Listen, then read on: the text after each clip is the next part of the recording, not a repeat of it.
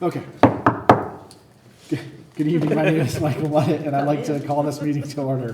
This is the Monroe Inland Wetlands Commission. Today's date is September 28th. Time is 7:05. First order of business is the Pledge of Allegiance. Please stand. Pledge allegiance to the flag of the United States of America and to the republic for which it stands, one nation, under God, indivisible, with liberty and justice for all. I'd like to introduce the members of the commission and the staff that are present tonight. Starting at my far right, we have Ross Mastroraco. To his left is Jim Stewart, who is a professional engineer and licensed land surveyor. To my right is Jason Grady, our vice chairman. To his right is left is Lois Spence, our secretary. To her left is Donna Szynski, our inland wetlands land use coordinator. To her left is Scott Schatzline, our town engineer, land use director, a professional engineer, and our inland wetlands agent. And on as our recording secretary, we have Rebecca Wood. Okay. Before we start, I'd like to read our mission statements and how the meeting will proceed. The objective and purpose of the Inland Wetlands Commission is to provide for the overall protection and preservation of the inland wetlands and watercourses within the town of Monroe. In the normal course of meetings, we'll hear public and other applications. The protocol for public hearings is to have the applicant make a representation or presentation to the commission, during which and after the commission will be asking the applicant questions. The commission will then review with town staff and other independent comments. The meeting will be opened up for public comment. I will ask that all comments be made to the chairman of the commission. After any and all comments pro, in opposition, or of a general nature, the applicant will be given the opportunity to respond. It is not necessary for the applicant to respond, but generally in their best interest to do so. There will be no further opportunity for new questions unless new material is entered into evidence during the testimony during their response. Please keep any comments pro, con, and general to specific wetlands-related matters. Other applications that do not involve a public hearing will follow a similar format, with the exception there'll be no public comments allowed. The meeting followed our published agenda, which is available on the front table if you'd like a copy, unless otherwise amended. Are there any changes to the agenda tonight? There are a couple of things. Under item 6, other, I'd like to add 462, 464, 466, and 470 Main Street. A informal discussion. And under items 9 for time extensions, 127 Main Street for a request for a 5-year extension. Is there anything else? Thank you, Scott. Next item on the agenda is the minutes of the September 14th meeting. That will be tabled to our next meeting.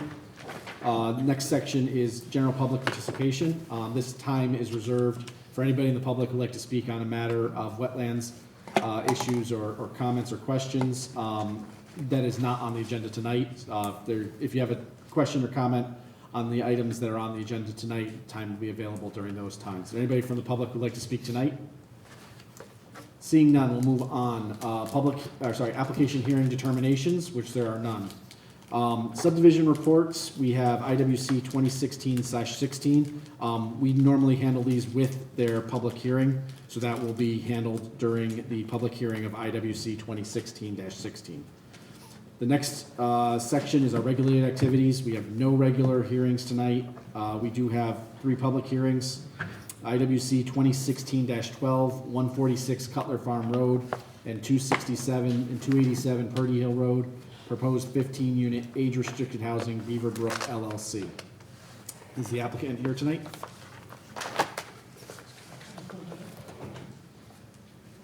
Oh, yeah. Are we taking it from our stuff, or did you bring it? He sent it to me. Oh, we sent it? Yes, so it's the, All right, hold on. I gotta turn it on. What is this? Cutler. You already have the travel drive? Yeah. All right. I'm looking for it. It's, Oh, it's already highlighted? Yeah. That's why I can't see it. yeah, I know. It's a full- There we go. All right, so you're The on, combined maps are the 146 colors. There you go. I Okay. combined all yours so that you don't have to switch back and forth. See what I'm doing? Okay? Okay, if you could introduce yourself for the record, please. Bill Carbone. My name is Bill Carbone, I'm with Spath, York and Associates, with the engineers for the applicant. I'm a professional engineer licensed in the state. The site is 10.2 acres, located on the corner of Purdy Hill Road and Cutler's Farm Road in the southeast corner.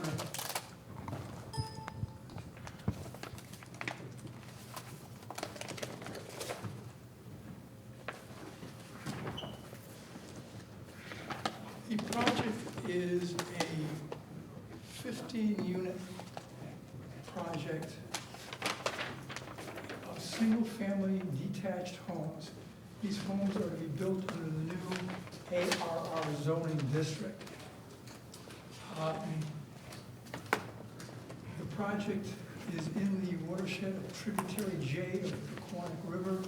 We have prepared a functional wetlands evaluation prepared by Environmental Planning Associates, and Jim Cowan is here to represent their findings. One second, sorry. Yes. I'd just like to note for the record that Megan Hayden has joined us. My apologies. No worries, sorry about that. Yeah. The ARR zone is an amendment, a zoning that is currently being considered by the Planning and Zoning Commission. It is a modification of the ER district, the elderly residence is being modified to allow single-family elderly residences such as these. These houses will be served by public water and on-site septic systems. The majority of this site is presently a wholesale farm operation. The easterly portion of the site, north is to the left. Currently, this area in here, between this stone wall that runs through here and another stone wall there, is primarily a wooded area.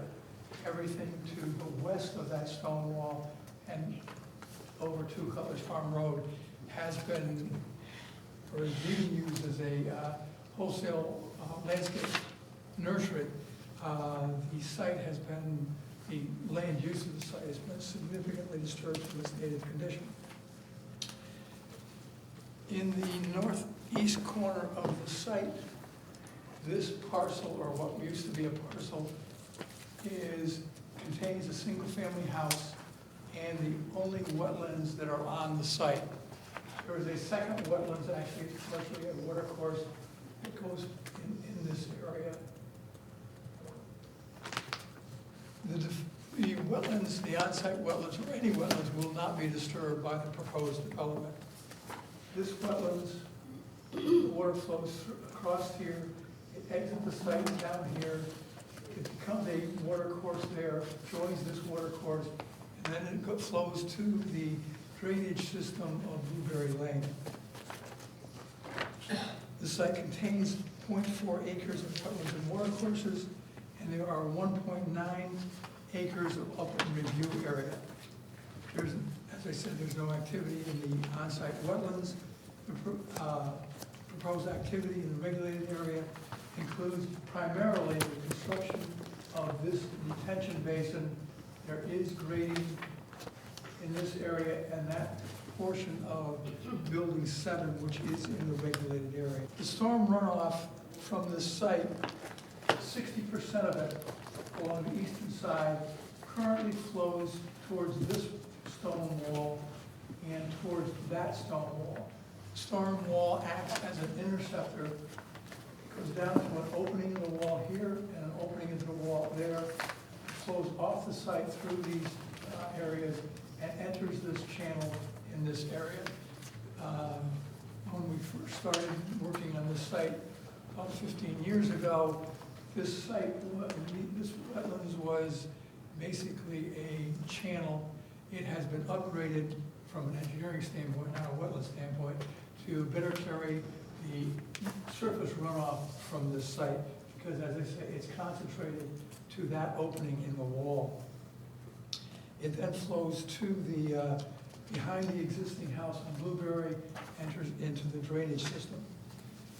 The southerly and westerly 40% of the site runs southerly across the lots on this subdivision here and joins into Sheep's Meadow Lane.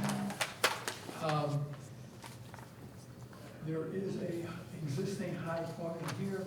We are maintaining basically that hydrology. This runoff in this area here will continue to flow into Sheep's Meadow. We are proposing two types of detention facilities for this site. The first site are individual detention systems for each house. These represent subsurface detention galleries. These these 5 are rain gardens. We have tried to use rain gardens where we could, where we were combined by various on-site things such as the septic systems, the location of the houses and things like that. We have used the subsurface galleries. Either of these facilities are designed to store and retain the runoff from the impervious area from a 1-inch storm. This runoff will be detained in the facility, whichever type it is, and allowed to percolate into the groundwater as it does now. When the rainfall exceeds a 1-inch storm, they will overflow, and all but these 4 lots right in here, actually these 3 lots, will enter the detention system, either by pipe from the subsurface galleries into the road detention system, or overland and be picked up in the road, carried in the road drainage system, and discharged into the detention basin.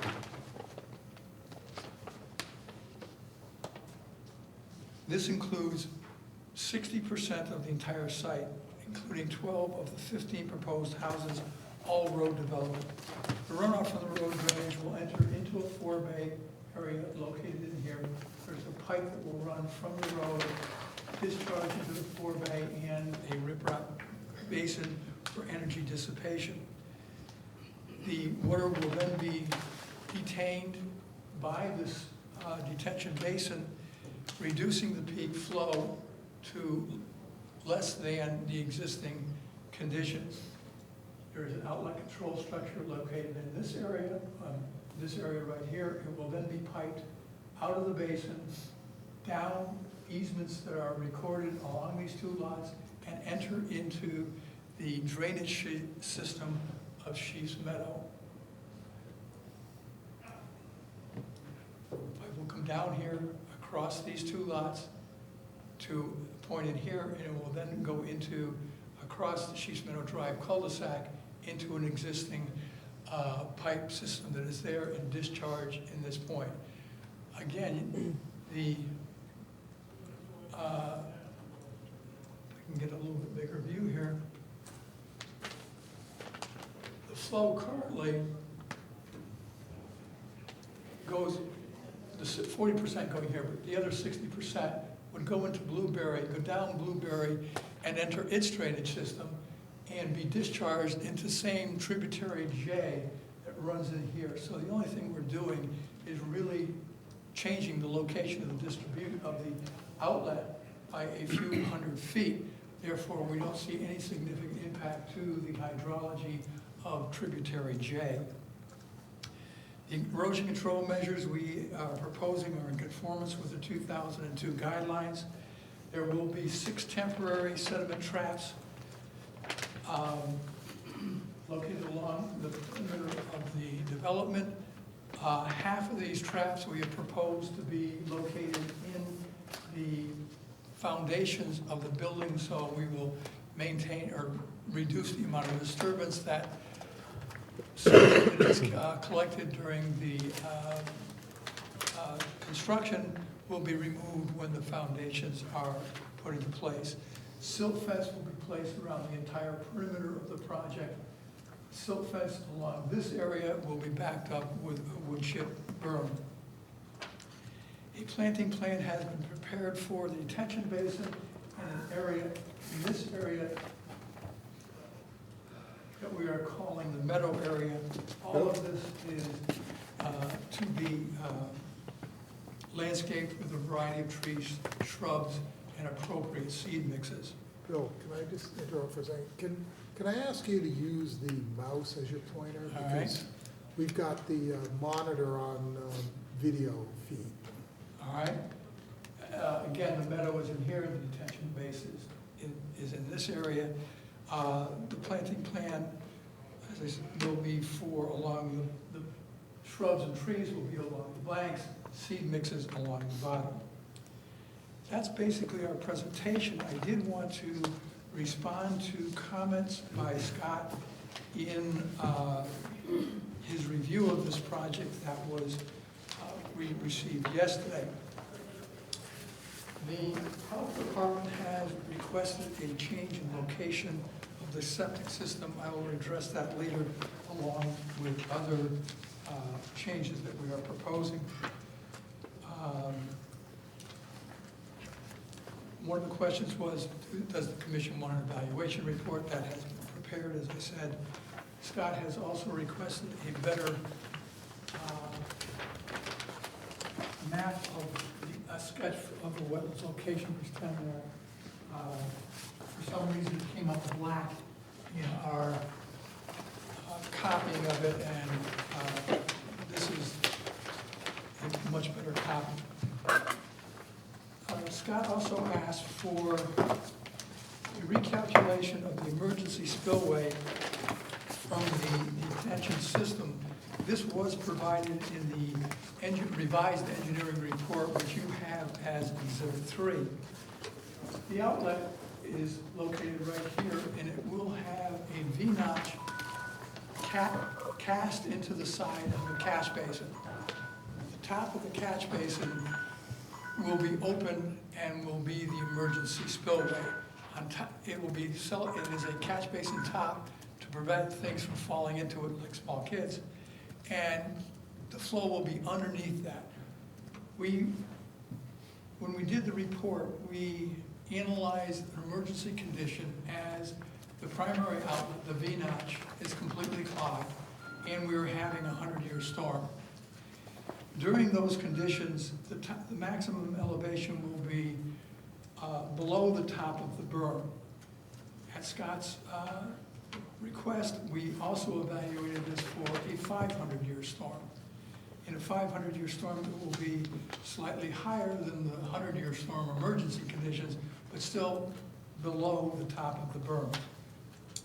There is a 24-inch plastic pipe that will carry this out, and based on the capacity of that pipe, it can carry any of these storms, the regular 100, the emergency conditions, or the 500-year storm. As part of the original, a letter that we submitted to the commission in response to the initial review of this on June 15th, which is Exhibit 3, we have the site. This includes the maintenance of the driveways and parking areas, the catch basins, the detention basins. If this plan is satisfactory to the commission, it can be filed on the land records as Scott recommends. Bill, can I just clarify my comment now so you get a chance to respond to it? My request for the spillway, Yes. I understand that you've got way over the capacity, but what I'm concerned about is you've got a considerable distance of plastic pipe that is the outlet to that System, yes. system. So there's potential for, I'm not worried about the V-notch getting clogged up so much, I'm worried about the pipe failing. If the pipe fails, that whole thing's gonna back up, and all I'm merely saying is, if you put a simple spillway in that, then we don't get erosion and we don't get all the water flowing down into the property that's down below it. So that's why I was asking for the spillway. I'm figuring that, for instance, a plastic pipe through a right-of-way, someone goes in there to do some work with a loader or something, thing ends up getting crushed, you don't realize it, it rains, the whole thing backs up. So that's really what I was looking for, just a basic spillway, in other words, the grading to be done with purpose to put it in a virgin area so it's not fill, and just make a short section of spillway that can handle that if that ever happens. Okay, the idea though is we need a way to convey it safely off this property to the Sheets Meadow Drive. I mean, I can put a spillway right in this location. Pipe comes out here, goes through a manhole at that point, and a manhole in order to make that turn. If you'd like, I could put a spillway right here and make that into a catch basin, so that this water will then be carried, it would avoid any of the piping in this area, but it's carried down here. Yeah, I In mean, order to, the problem that I have is that if the pipe is clogged, it's going to be during a very major event. And I really don't want it to go this way, although it does now. that was my thinking. And Well, you get above 100-year storm, I mean, all bets are off. I just want to this make is sure true. that I mean, basin I doesn't- just would rather keep it onto our site and be carried down into here, rather than going back into there, because obviously this homeowner, actually I think it's the prior homeowner, but has done a significant amount of work in that wetlands to carry the runoff that currently occurs there now. I would rather, if you want it there, I can put it there, but I would prefer to carry it this way and through a pipe in here. Other than crushing, which is obviously a possibility, this is a 24-inch pipe. It has a very large bore and is not really subject to the same problems you have with a 12-inch pipe where it can clog up by twigs and grass and sediment and things like that. Hence, one of the reasons we've done a 24-inch. If you would like emergency spillway there, I can put it in there. It would just be a riprap slope, carry it right back to the same point that it discharges now. That would be up to you. I prefer this, but, Can you do both? well, we are doing ours. You mean put two spillways? Well, both the pipe and the spillway. Is that what Well, we're well, discussing? The point that I'm making is that if the pipe fails now, the way you have it designed, Yes. it's going to go where I just said. Only when it does, it's gonna take half the berm with it, because it's spilling over that without a spillway. So what I'm saying is, why not just control it so you don't lose the pond and the water that's in it? Because if, the way you have it, and the thing spills over and you get erosion, Yes. not only are you gonna send the water, the excess water down into that yard, but you're gonna send the whole basin down there. Because it's gonna just go like that. So that's all I'm saying. I really don't see a catastrophic failure is complete breakdown of a berm happening at one time. What would I've be- seen it, I've witnessed it, so that's why. I can see erosion along the top and to create a gully, but it only, the pond has to be full before it overtops, and then it has to cut down, so it's not gonna be a catastrophic failure. We can put an emergency spillway there. I will have to raise the berm up a half a foot to put it in there, so that, because I have to have a half a foot to create. Why don't we do this? spillway. Why don't you finish the rest of your presentation? Let's see where we're going with the hearing and that kind of thing. And if need, maybe a mood issue, we might be able to just talk about it. I think it would be better that way, but Yeah, yes, we are willing to just put in an emergency spillway wherever we agree to it. That's not the problem, it's where and what type. Also part of our June 15th letter, we've been through that.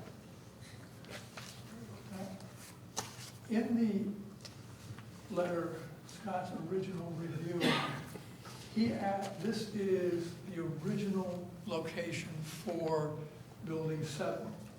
The red line is the regulated area 100 foot from the wetlands.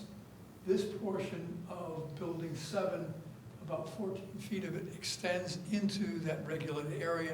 Scott requested that the building be moved back. The right side is alternate A, which moves Building 7 out of the regulated area. Getting back to the health department letter we talked about in the beginning, we had 2 septic areas in here. This system is under a dirt driveway that currently exists and is used as part of the nursery. They felt that even though our testing shows that the soils below the immediate ground, certainly below the topsoil there, are still in good condition, and the percolation rates are still the same as the rest of the site, they wanted this moved out. So we moved this system out from that area and put it right in here where we had already had testing. So alternate A of this development, which I am submitting 10 copies of, is for the relocation of Building 7 and the relocation of a septic system that was located in this area in compliance with what the health district wanted. Scott also called for an additional wetlands marker in the area of Building 7. However, now that the building has been moved, it's a pretty much straight shot from where we have proposed the existing markers to be, so that becomes a moot point.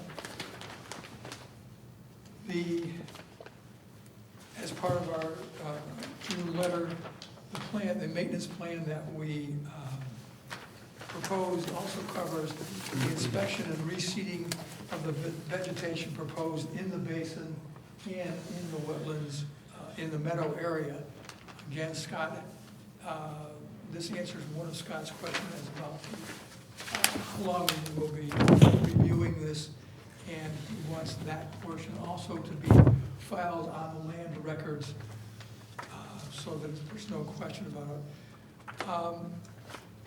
Another question came up about these septic systems that are along and inside the regulated area. Scott's question or comment was that a reserve area is normally built in the future. That would require activities in the regulated area, which we have no guarantee that that would be allowed by a future commission.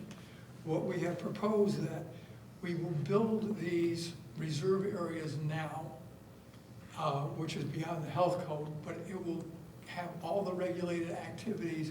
There is no future need to come back to the commission. The facilities will already be there. The primary system is right here. We will put in the reserve area right there, including the piping. So the only thing that would have to be done is to go in to that distribution box there, uncap the pipe that goes to the reserve area, and that's the only disturbance that would be to remove that cap. There is a system area here, here, here, and that corner of that one that are in the regulated area. What we are saying is we will build it now and ask for your approval for that construction, along with all the other activity that's being done in that area. The last item was the submittal of a detail for small shrubs, which I had 10 copies. Did I give that to you? Did I give it to you as part of the other packets? Is it in there? I didn't look. It's a minor item anyway. Yeah, well, we produced a detail. The detail that we had was for trees. There would be a similar one for shrubs. Basically, that's our presentation. I would like to have Jim Cowan come over, and I'll see if I can find my drawing, to detail his wetlands evaluation. I found it. Oh, you found it? Yeah. Yeah, I was gonna say, it didn't look like it was in there. Thanks.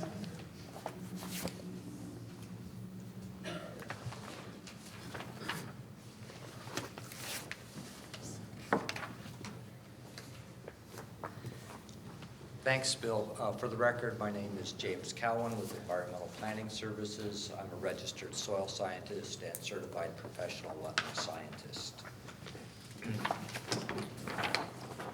We delineated the wetlands in September of 2015, and August of this year conducted an assessment of the functions and values of the wetlands, and you have our report in front of you.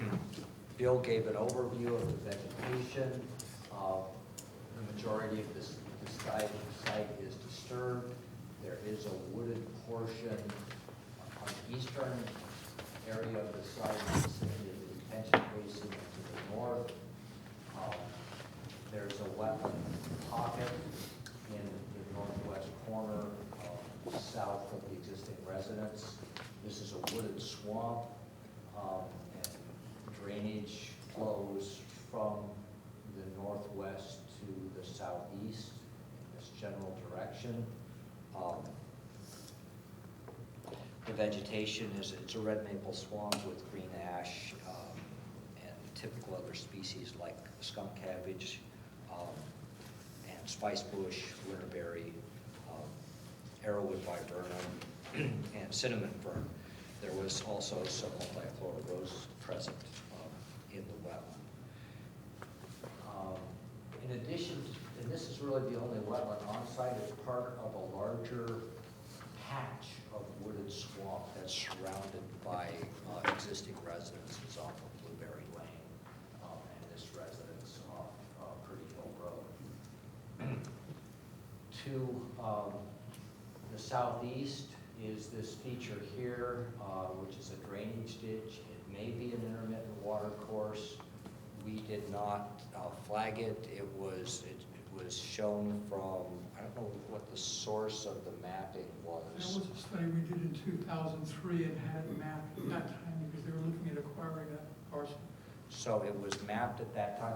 When I looked at it in August, it has been highly modified.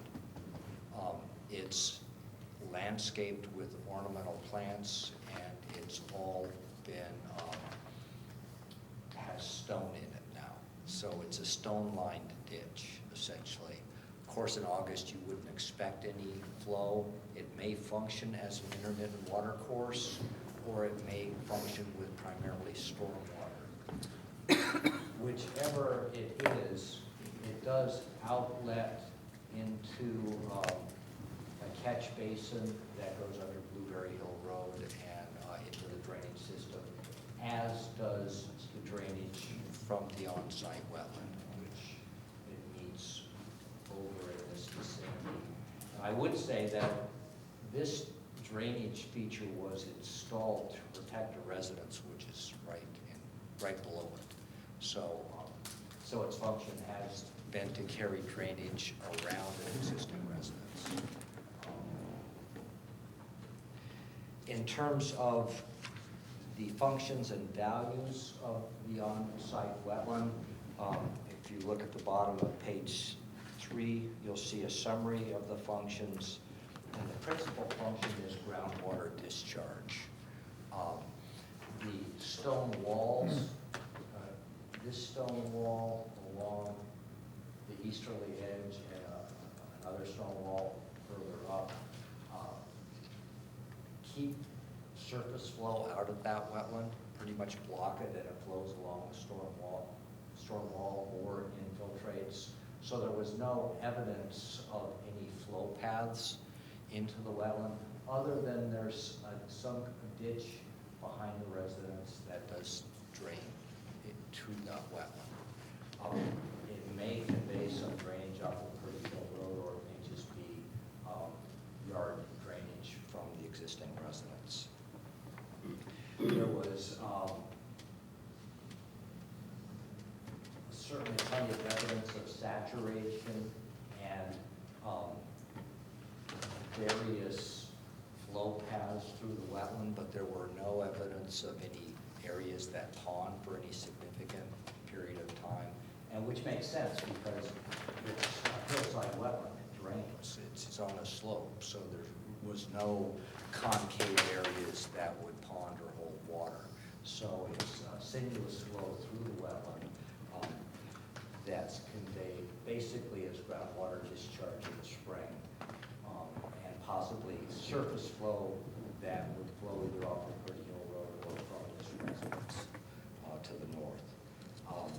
Additional improvements or function would be flood flow alteration, given, and you can imagine that groundwater basically would flow down slope, and it is at the toe of this slope, which is substantially lower than the corner of Cutler Farm Road and Purdy Hill. So any groundwater discharge would build up and flow. So it could carry a reasonable amount of groundwater. So as that breaks out and flows through there, given its expanse, it does offer a function of flood flow alteration. So it slows down, and that's important because it's at a headwater of a stream. In headwater streams, we're concerned about, we don't want to concentrate the flow and have it go downstream faster, because that causes flooding. So it's a good thing to have an expansive wetland that can slow down the flow. It's a fairly modest slope, so it can spread out and in smaller storms infiltrate, or vegetation and so forth can slow down that flow, filter it, and even take up some of that water. So that's an important function. And then there are other secondary functions like nutrient removal, attenuation, and production export, which is the ability of the plants to produce fruits, seeds, berries, and leaf matter that wildlife can consume. So those are the primary functions and secondary functions. In terms of wetland impacts, there are no direct impacts to the on-site wetland or to the water course. There is the potential for secondary impacts, as in all construction. There's the potential for erosion and sediment during construction. Those have been minimized by following the ENS manual, which is adequate for this site. And I would just say, in addition to that, this existing stone wall is a great backup barrier to minimize any erosion from going into the wetland, which, as stone walls have often served that purpose over the years, and that would continue to do so. And I would also say that right along the upper edge of that stone wall is an existing dirt road, so it's relatively flat in there, so any water coming down the slope would have an opportunity to infiltrate or flow along the stone wall in this general direction. And as Phil said, currently at this point would enter this this little ditched feature here. But now surface flow will be picked up and conveyed into the detention basin, and the stormwater treated before it's released through the Sheep Meadow Drive drainage system. Because the detention, the stormwater system has two aspects. One is infiltration on site, widespread infiltration, which is a low impact development technique and is one of the preferred ways to treat stormwater. So that's a good thing. And in addition to that, the detention basin for the road system and any overflow from the individual infiltration systems. And the water quality volume is treated in a vegetated basin before it's released in a controlled manner through the outlet. So in conclusion, we don't see any direct impact to the wetlands, and the potential indirect impacts have been managed by best management practices, so we do not see any significant wetland impacts with this proposal. I'd be happy to answer any questions you might have. I have a couple. The detention basin, is it planned to be a wet bottom basin? Is it going to stay wet for the majority of the year, or maybe a Bill's question? Bill Carboni. No, it's not. It's gonna be dry most of the time. There is as I say, there was a V-notch at the outlet. That is, I don't know the exact number, maybe about a foot above the bottom of the basin. That foot of storage is there for the water quality and the treatment thereof.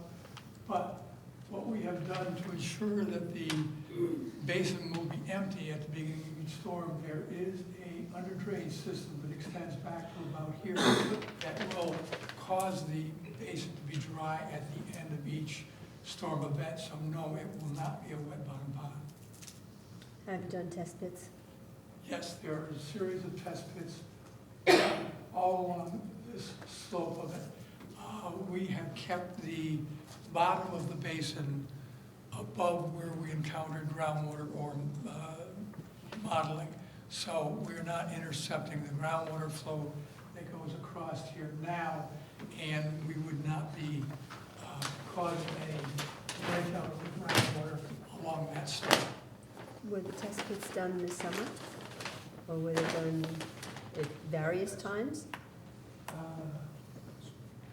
Last spring.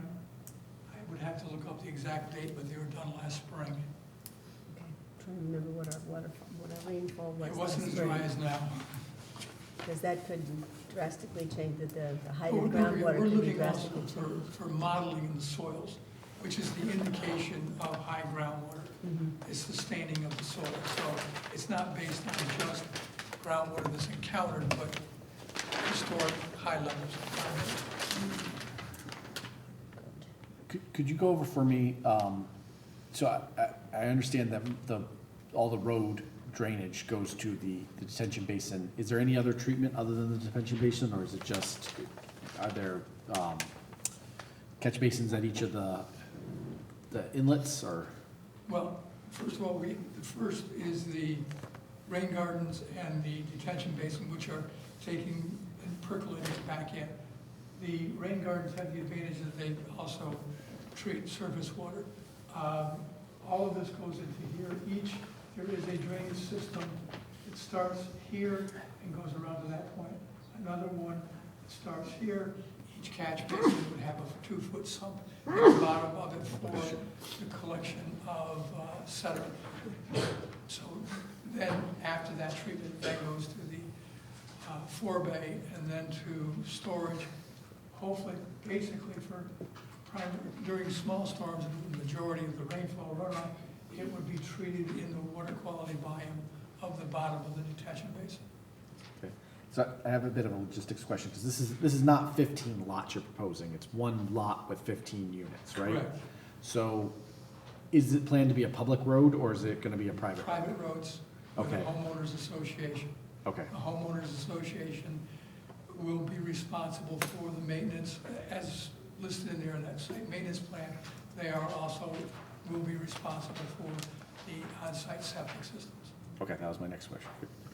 So there'll also be the rain gardens and the underground detention basins as well? And cleaning out the catch basin sumps, maintaining especially for the first 3 years, all the vegetation to ensure survivability and things such as that.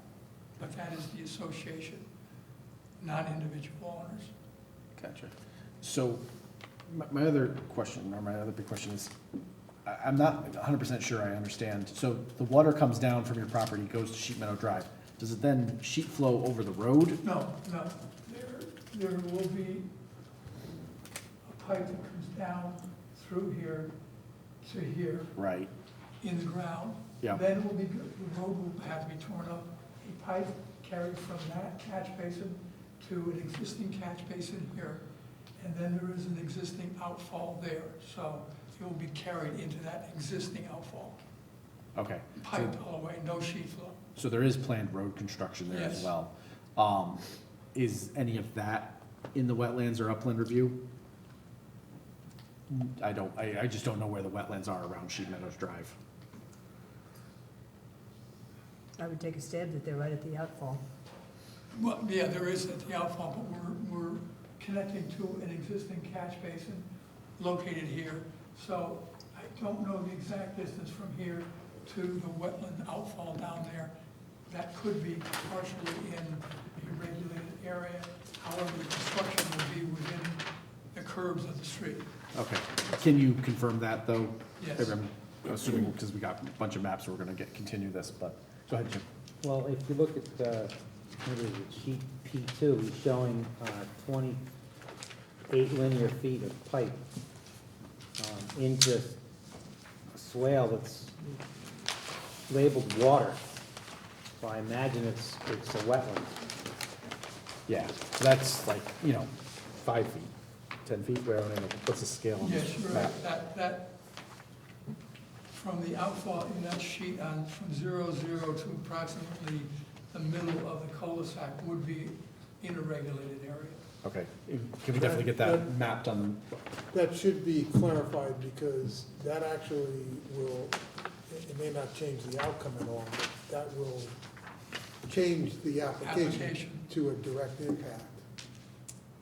Even though it's there's already. existing? Okay, thank you for that, clarification. Pipe isn't existing now, right? It's gotta be dug into the Under ground Sheep Meadow, yeah, right? from the detention basin to Sheep Meadow? It will have to be constructed It will have to be and tied into the Right. pipes that do exist in Sheep Meadow. We will be replacing the pipe from that last catch basin to the outlet as shown on P2. So is there another homeowner involved on Sheep Meadow? Is there another homeowner's property that's involved with this installation of this pipe that's on Sheep Meadow Drive?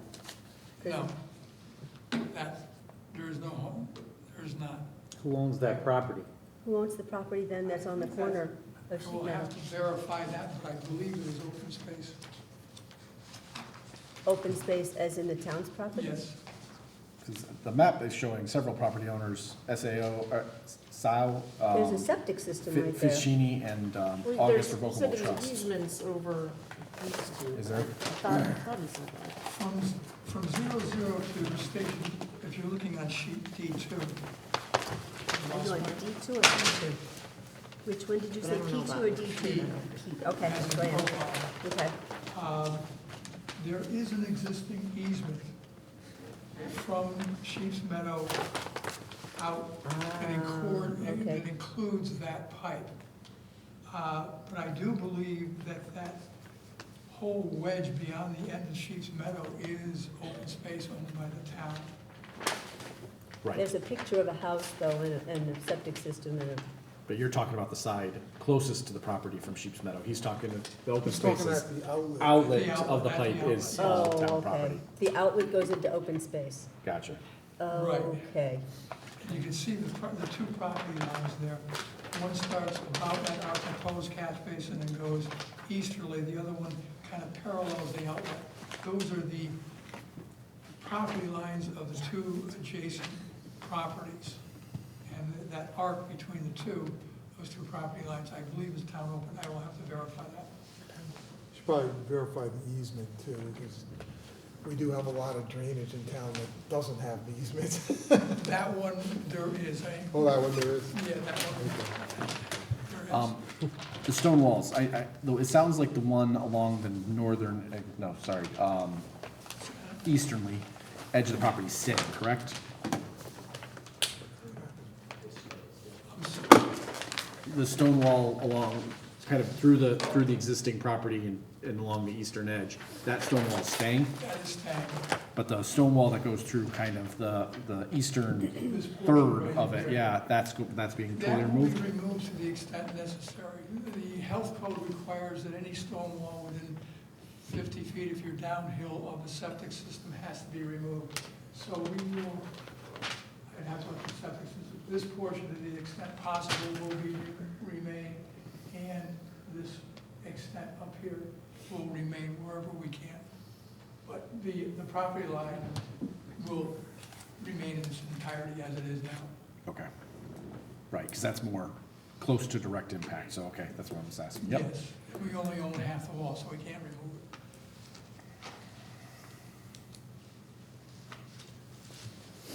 So if this is one lot with 15 units, and there are no lot lines, so to speak, between the units, Yes. correct? May I ask, what is the reasoning behind the layout of the units on the property? It seems to me that we've added an awful lot of impervious, and that we could, since there are no lot lines, and since it's a homeowners association situation, that we might be able to combine more driveways and more turnarounds to reduce some of the impervious that's This there. was Scott's suggestion also, or Will Agresta's suggestion. But if you look at this lot, or this driveway right here, let's assume the houses are all the same size. But if you look at that driveway there, this one here, where they are individual, this is what happens when you combine them. This amount of impervious area is greater than the sum of these two, mainly because these people have to come out, turn around, and then go back this way, where these can back out directly. So we looked at that, and this is the only one where it does, and I think it has actually more pavement than the single driveways like in here. But you have quite a few houses that have turnarounds that don't, There is one here, and there's two across the street. Number seven and number 6, each have their own individual turnarounds, so does number 5, so does number 4. And many of those driveways, it seems to me, could be combined. And as I said, we've looked at it, and we find that by the time you put these far enough away so that you can get this maneuver, the houses would have to be spread apart, and you gain impervious area.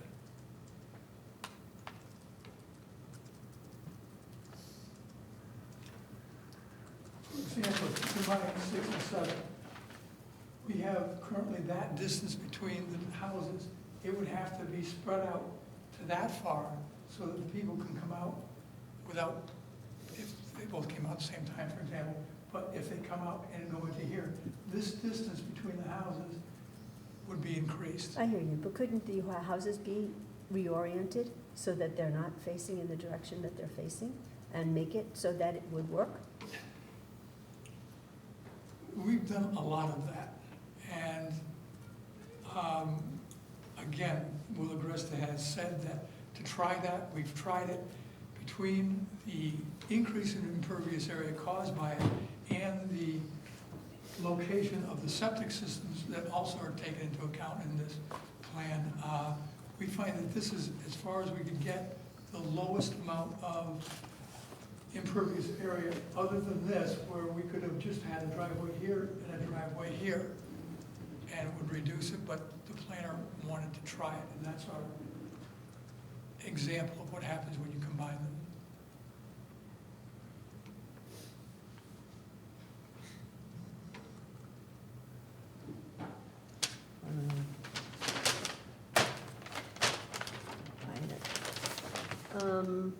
All right.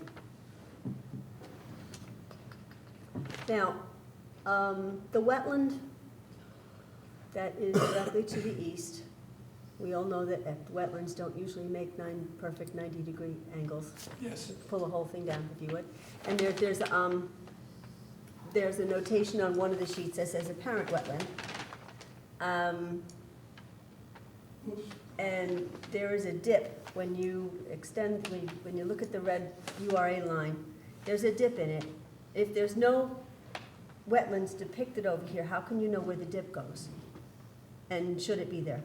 If you look at This the, dip you're talking about right here. look at the URA line and follow it from south to north, or north to south, doesn't make any difference. Yes. But on mine, it dips down right beyond the, right in there.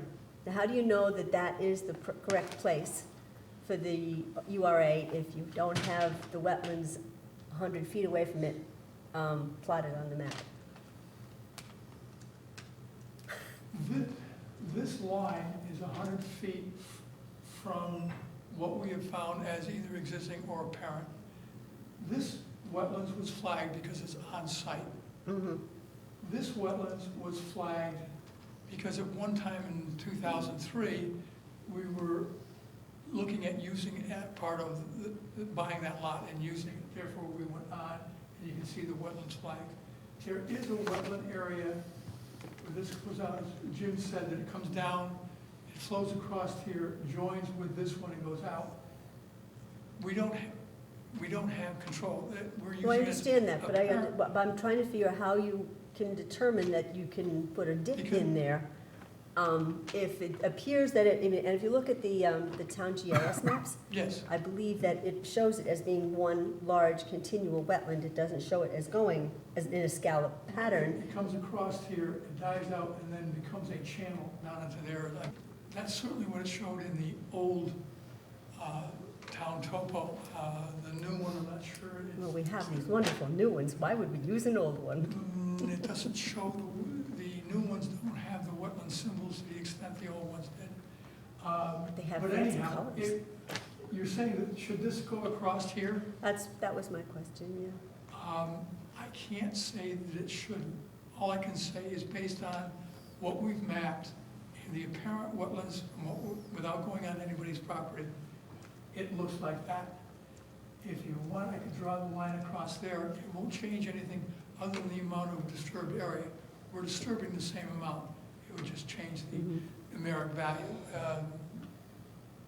It didn't have any, to me, any significant effect on the development. Okay, I just want to know if there was anything about that wetland that is different that we should know about. Okay, I understand what you're saying. I would just speak to that, again, James Cowan for the record. The wetland does continue below the stone wall for some distance and then does curve down. It does, okay. So there is wetland over in this area. I did not map how far over, and certainly we didn't do any soil testing. But then there is also an area of upland in here where you can tell the vegetation is less dense, it's drier. It's just, you can tell that there's a different character. Judging by the contours, it doesn't look like that should be the case. Right, right. They But- normally follow the contours, so. Right, but I guess all I would say is that the flow is in this general direction, and then it does curve this way. If you go on Blueberry Lane, you'll see that there's a catch basin right on the property near the road, and that picks up drainage from both this ditch and the wetland. And there is a higher area, and there's been some disturbance in here also. There's some piles of material and so forth. So it's not continuous all the way over, I can tell you that. Okay. It does break. Thank you. You're welcome. Anybody else has anything, jump in. You said in the beginning of your presentation, and we've been, the hearing's been on hold. You have the zone change to the current zone, right? Or to the zone, the ARR? They have closed the hearing on the zone change. I don't believe they've taken the action. Is that right, Scott? Yeah, they haven't actually voted. But they've closed the hearing. Did they? They've asked for They- a positive. A positive letter, okay. Draft approval. Okay. Yes, Jim.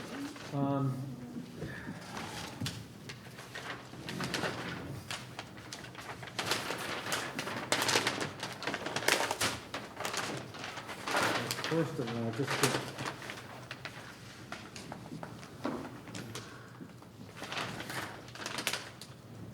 that the property you're proposing to drain is labeled Bartling on your survey map. So that's the first comment.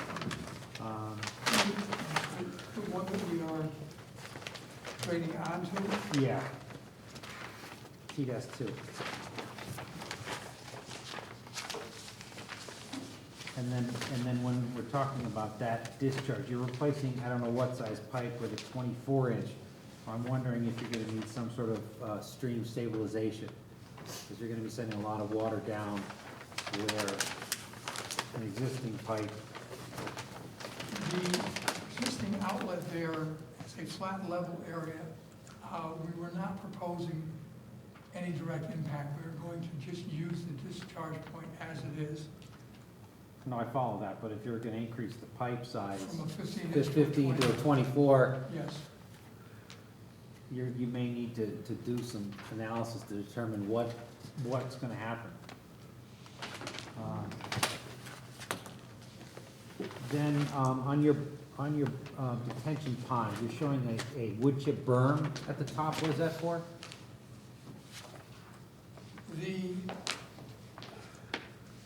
It's been this commission's philosophy to reinforce the silt fence on the uphill side with wood chips. Oh, okay, that's just a silt fence?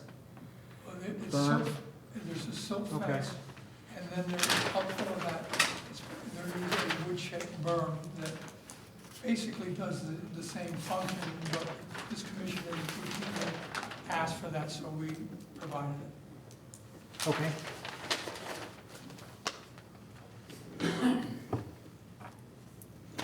It just shows in the, I think it shows in the permanent drawings.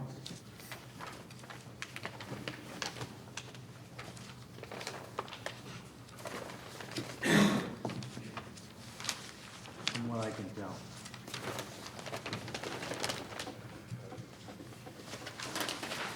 So maybe it's on the wrong layer. You follow me? On the erosion trail plan, sheet S4 shows a silt fence. In the details, I believe there is a detail of a wood chip berm. Yeah. On sheet D2, there's in the center right, there is a wood chip berm detail. What we propose doing is putting that along the silt fence in this area before discharge from the site.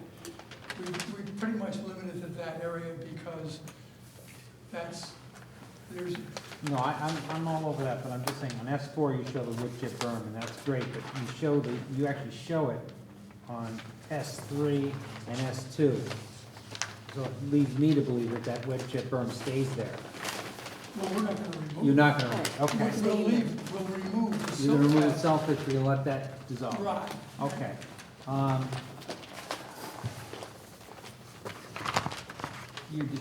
Your outlet control structure, Yes, can you put the actual dimensions of the structure on the detail?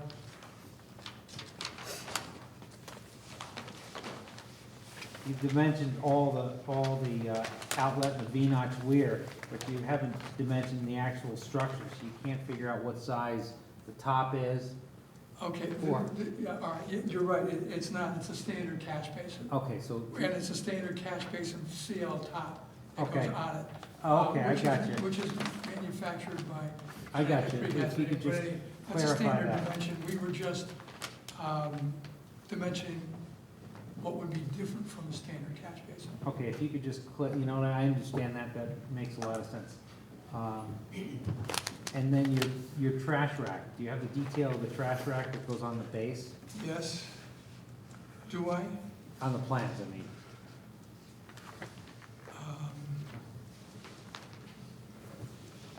I don't find it right now.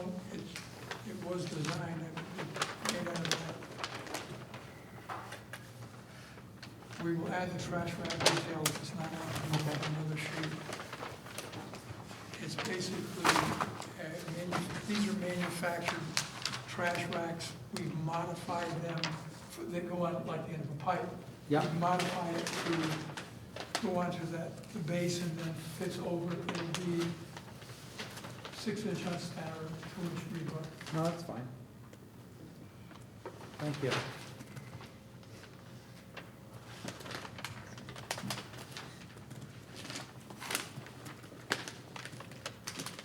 So what I'm taking away from your presentation and from the detail, not the detail sheet, but I'm on S3 at the moment.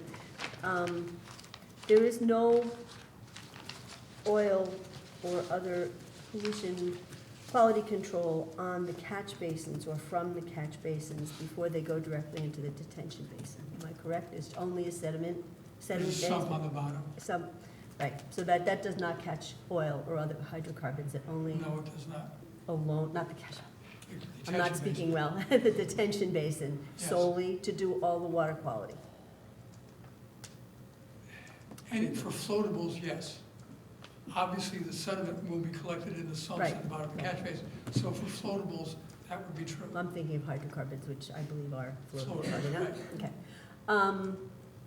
No, we, in the past, have tried to upgrade detention basins to give it more flow time within the catch basin. This has, it goes into the energy dissipator at the beginning and goes straight out the end.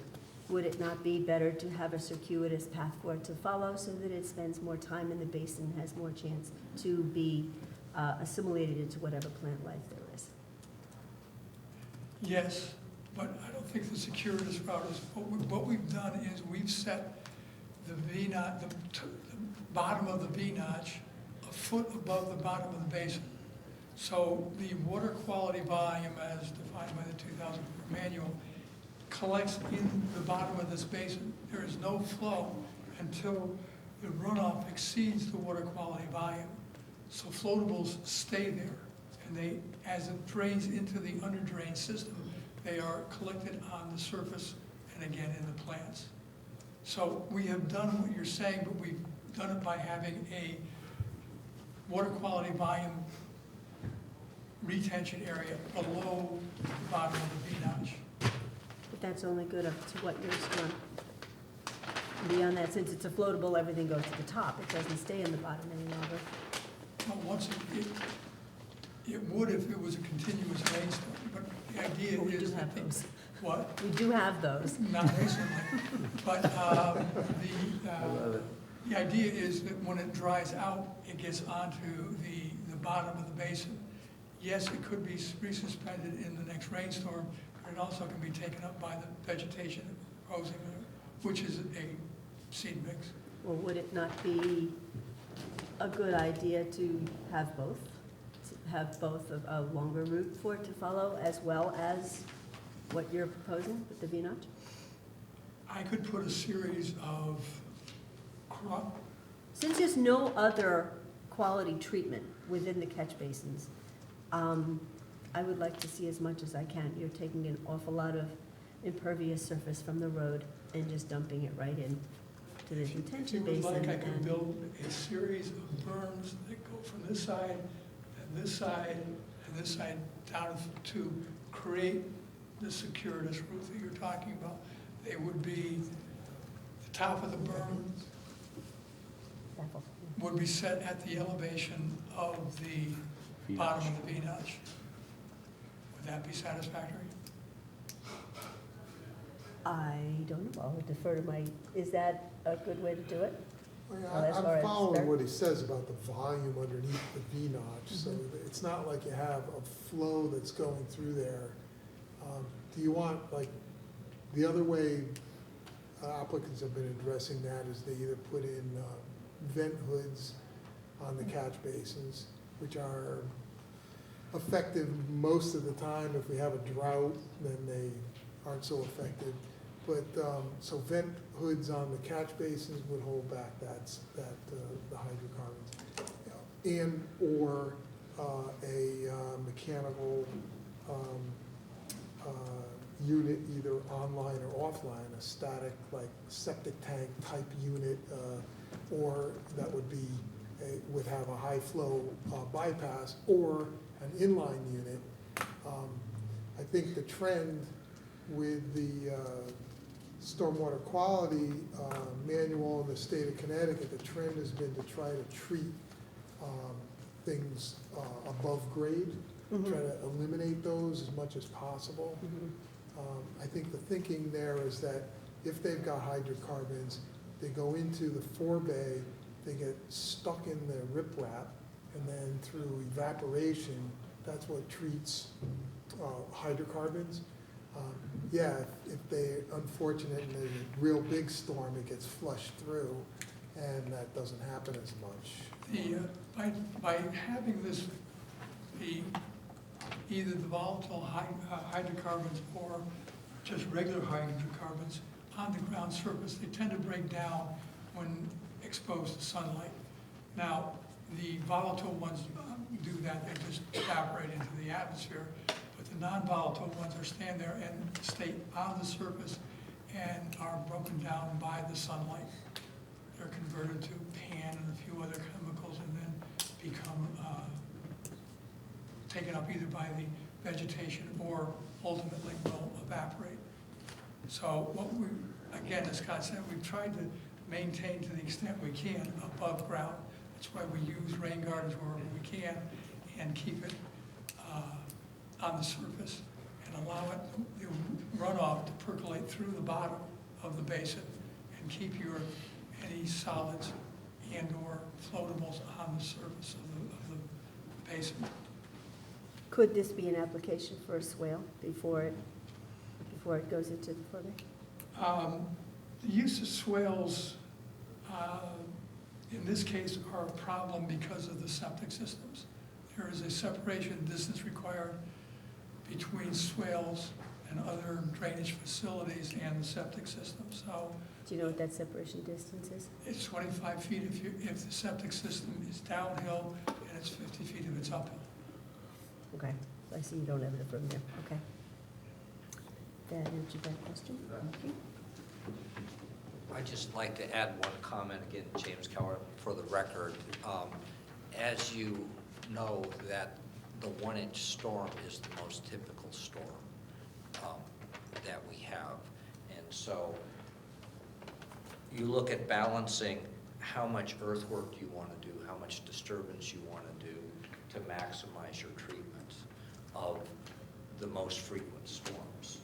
And so the water quality volume is essentially the 1-inch storm. And so this is the majority of storms that are effectively being treated, the hydrocarbons in the surface. Right. What rainfall in storms 1 inch or less accounts for 85% of the total annual rainfall. So we are by far away treating the majority of the rainfall, of the runoff, actually. Guys, just remind me of another question. Earthwork, we do see there's a lot of, topology lines moving on this property.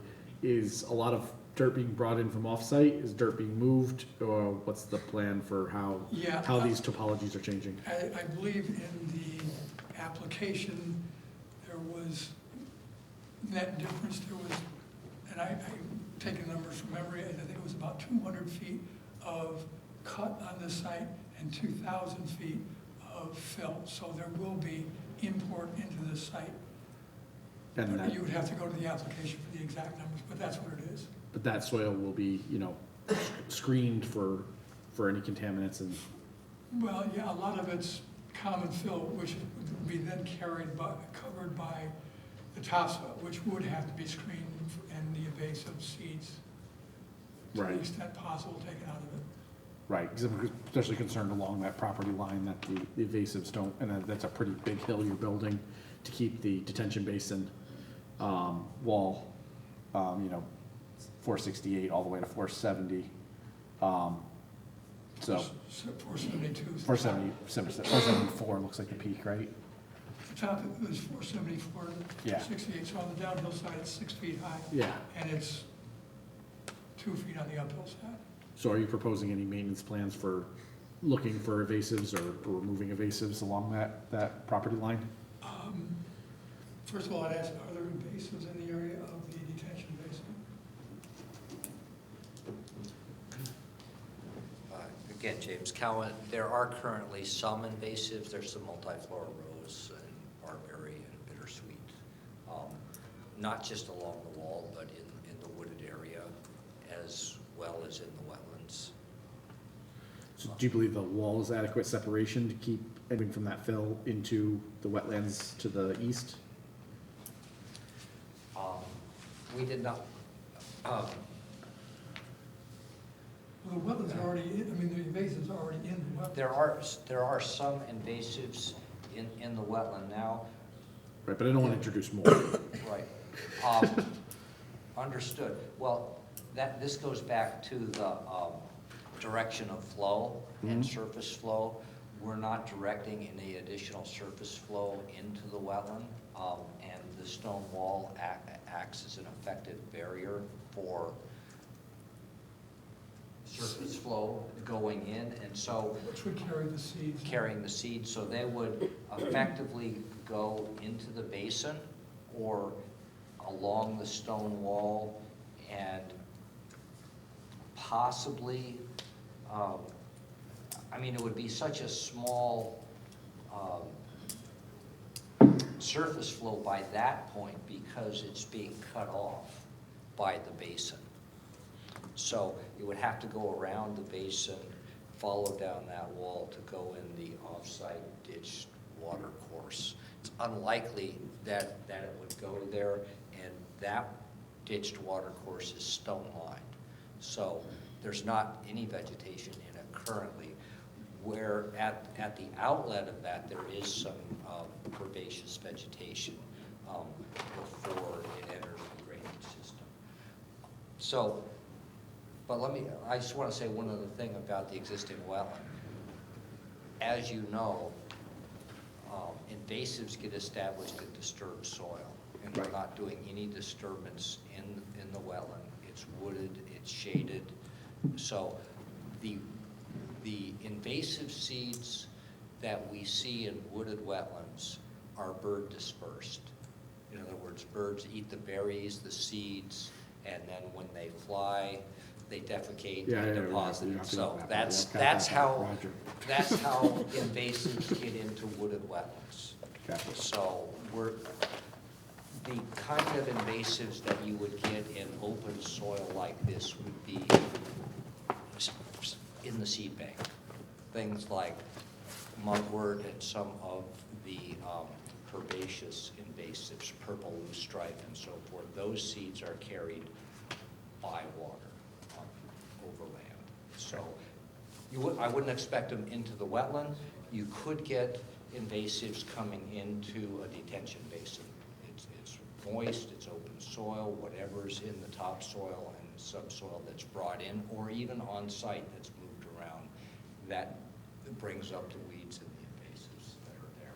That's why in our maintenance plan, we've called for the reseeding for the first 2 years, 3 growing seasons, of the bottom of that, so that we have our plants in there which counteract the invasive species. That was my follow-up question. Right, that's outlined in the Exhibit 3, and it calls for the monitoring of the vegetation in the detention basin and what's called the meadow above it. So the other question, the earthwork question I had was, what is you answered it's a 6-foot slope, but it looks like it's over about 10 feet, so it's a little less than that. It's a 3-to-1, 2-to-1 slope? It's a 3-to-1 on the outside of a berm and 2-to-1 on the inside. Inside, and are you doing anything to stabilize that slope other than just seeding? Well, there is a specification for how you place that and the compaction and the maximum amount of lift, which is for the placement of the soil. Now, stabilization will be done by vegetation. Okay. How come there's no trees proposed for a considerable amount of distance along the stone wall on the easterly border on the planting plan? You're talking about like where the wood chip berm is? No, right on the wall, there's, just to the east of the walking path, the proposed walking path. There's nothing. If you look at the planting plan, it's pretty densely planted in other areas except for right there. And We're on sheet it's about LP1. LP1, yep.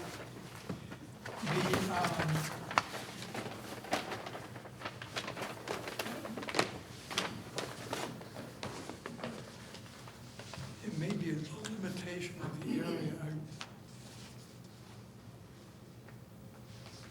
You notice where he's put the trees to the south, is the flat area, flipping between S1 and LP1. There's a flat area at the bottom of the south boundary of the detention basin and the east boundary up where there's vegetation. There's a flat area there, and that has been planted. The plants then pick up again along our side of the wall, but we're about where the wetlands is, again, where we have some more level area and we can put trees in there. In between it, it is to be seeded on the 3-to-1 slopes. I presume you're saying why not carry the shrubs up there? I would like to see more trees replaced. You're removing a significant amount of canopy, and I'm sure as Mr. Cowan will attest to also, when you remove that much tree from, or tree cover from the entire west and southwest of a wetland, it's going to change its thermal situation. And I would like to see a little bit more of it replaced, considering you're going all the way up to the very edge of the wetland. There's no buffer, there's nothing. I would like to see something. Of course, we don't want trees in the berm, on the side of the berm. Right. The roots tend to destabilize they tunnel along on the thing. We can go with shrubs. Well, that does not afford the shade, I believe, that we are removing. So Bill is correct in that we don't recommend planting trees on a fill slope because it can, over time, destabilize that slope. You can plant at the base of the slope to where there's room. See, that's the problem. Right in here, where we don't show trees, there is no real level area to plant trees. We've done trees where we can, but not. Let's go back to the landscape. I'll say that I haven't looked at the landscape plan in detail. It was prepared by the owner. I think it could be possible to add some trees on the uphill side. But the balance is, for a detention basin, for water quality treatment, you want full sun for the herbaceous. You don't want to shade the basin because then you have less robust herb layer, and that herb layer is what really gives the best water quality treatment. This wouldn't be shading the detention basin because it's to the east of the basin. North. East? Well, North is to the left. it would, I mean, it's. North is to the left. I'm talking about planting along the east, which is along the wetlands, which is Right. over here. Well, So- but that But the would, detention, yeah, okay. But the sun comes from the west, so well, anything planted on the eastern side of the detention basin will not shade the detention basin. well, Is that- it am I will speaking in the same the, language? it will in the morning. I mean, it sunsets, it's the hottest sun Well, from the it'll west. already be shaded by the ones that are there in the morning. So I'm just trying to. Yeah, right. I mean, yeah. we're removing the entire upland review area from this wetland, the entire thing. I would like to see something replaced.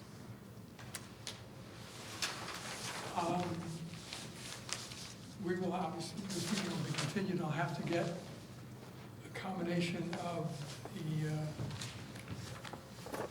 owner, who obviously is a landscaper, and Jim, and work on this because we don't want trees on the berm.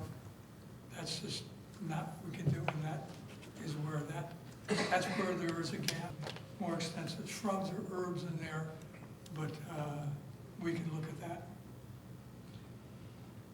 But even to the west, a little bit of the walking path would help that, right? Yes. To the west of the walking path, that's The the depth, walking up. path goes down the top of the berm. So Right. So you have. You have a berm slopes on both sides? Okay. But the slope on the westerly side is only a 2-foot slope. It's much shallower, yes. Right. Yes. Again, we could look at if there are trees that would have. Add some roots. shade, yeah, without messing with the slope. Okay. Any other questions by the commission? Yeah. Okay. Something thing that struck me today is something that doesn't usually strike me, but all of these houses are going to have city water.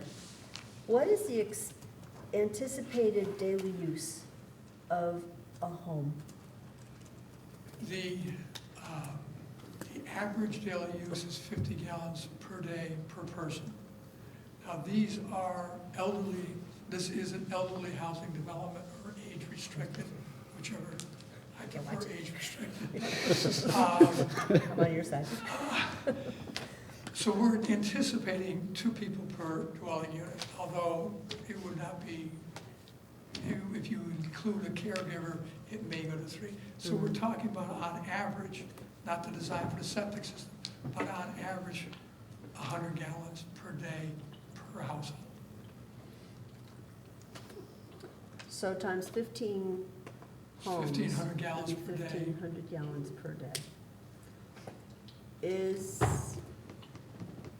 Since none of that is coming out of the water table, Not at this that is location. increasing the net gain of water being put into the wetland or into the groundwater. Normally, I would agree with you. If we were going from a treed site to this, yes, it would be a net increase. But we're talking about an irrigated, ornamental landscape farm. So I really don't know. I mean, all the plants that are grown on here have irrigation. So there's a large amount of water being put on this particular site Already, already. okay. Will these houses have irrigation for the lawns? We haven't got that details. I would presume that I would presume no, but I don't know what the final plans are. That has not been designed. I would assume that these will be a lawn area with ornamental bushes, typical of a subdivision. I think it was in the maintenance plan, Yes, there's a couple of things that, I don't know if you've gone over that with anybody in the office or whatever, but there's a couple of things there. We can hold it to next time if you would rather. I just had some questions and some comments. I think I'd rather, Lois, you ask your questions so that they have a time to answer them Okay, if they, all right. I was just wondering if we should add some verbiage here and there, verbiage, however you pronounce that. When we're talking about, hold it.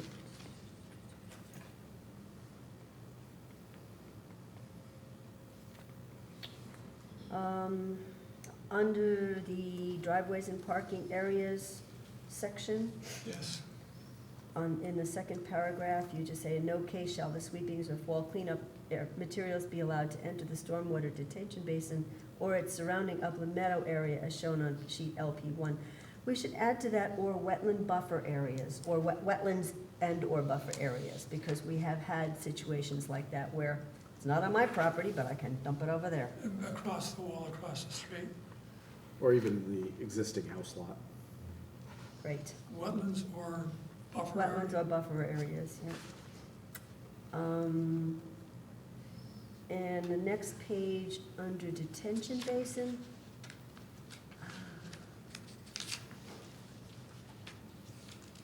On the second sentence, now I could be wrong about this, I just wanted to clarify. After that time period, the forebay shall be inspected twice a year for the first 2 years of operation.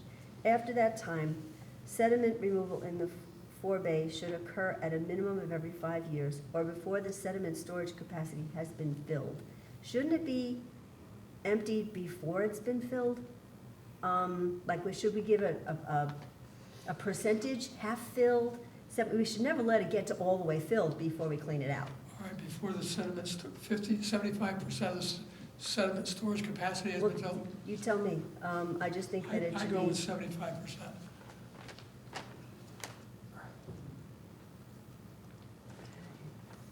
Under landscaping,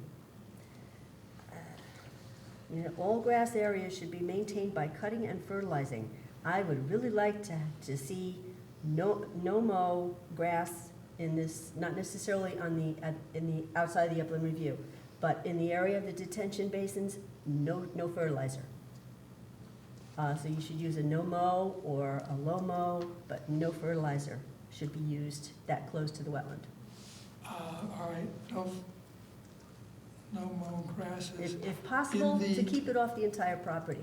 Fertilizer is one of the major problems we have with the Quantic River, and this does empty into some water body, and we gotta, and it's the headwater, so we gotta stop it at the source. Fertilizer, we can't use no mow around the houses. We can restrict the fertilization. What's different about no mow that you can't use it around the houses? Or low mow? Well, nobody's gonna wanna live with 3-foot high grass outside their door. I thought no mow meant it grows low, and it doesn't need mowing. It's not a lawn, I guess I'm wrong. it's not a lawn. Okay, The no fertilization, I agree, in the regulated area or the detention basin. okay.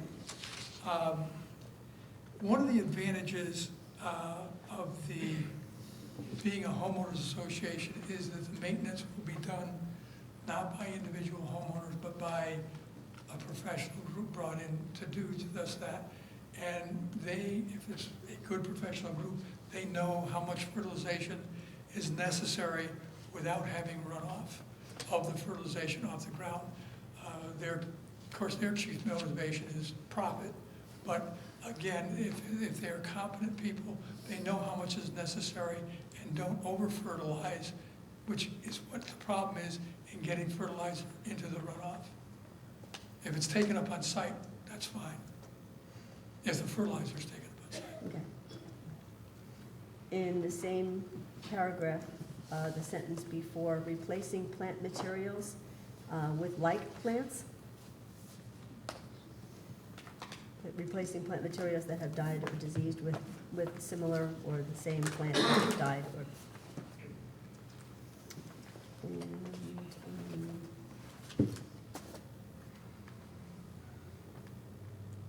And the next paragraph that I have comments on is the invasive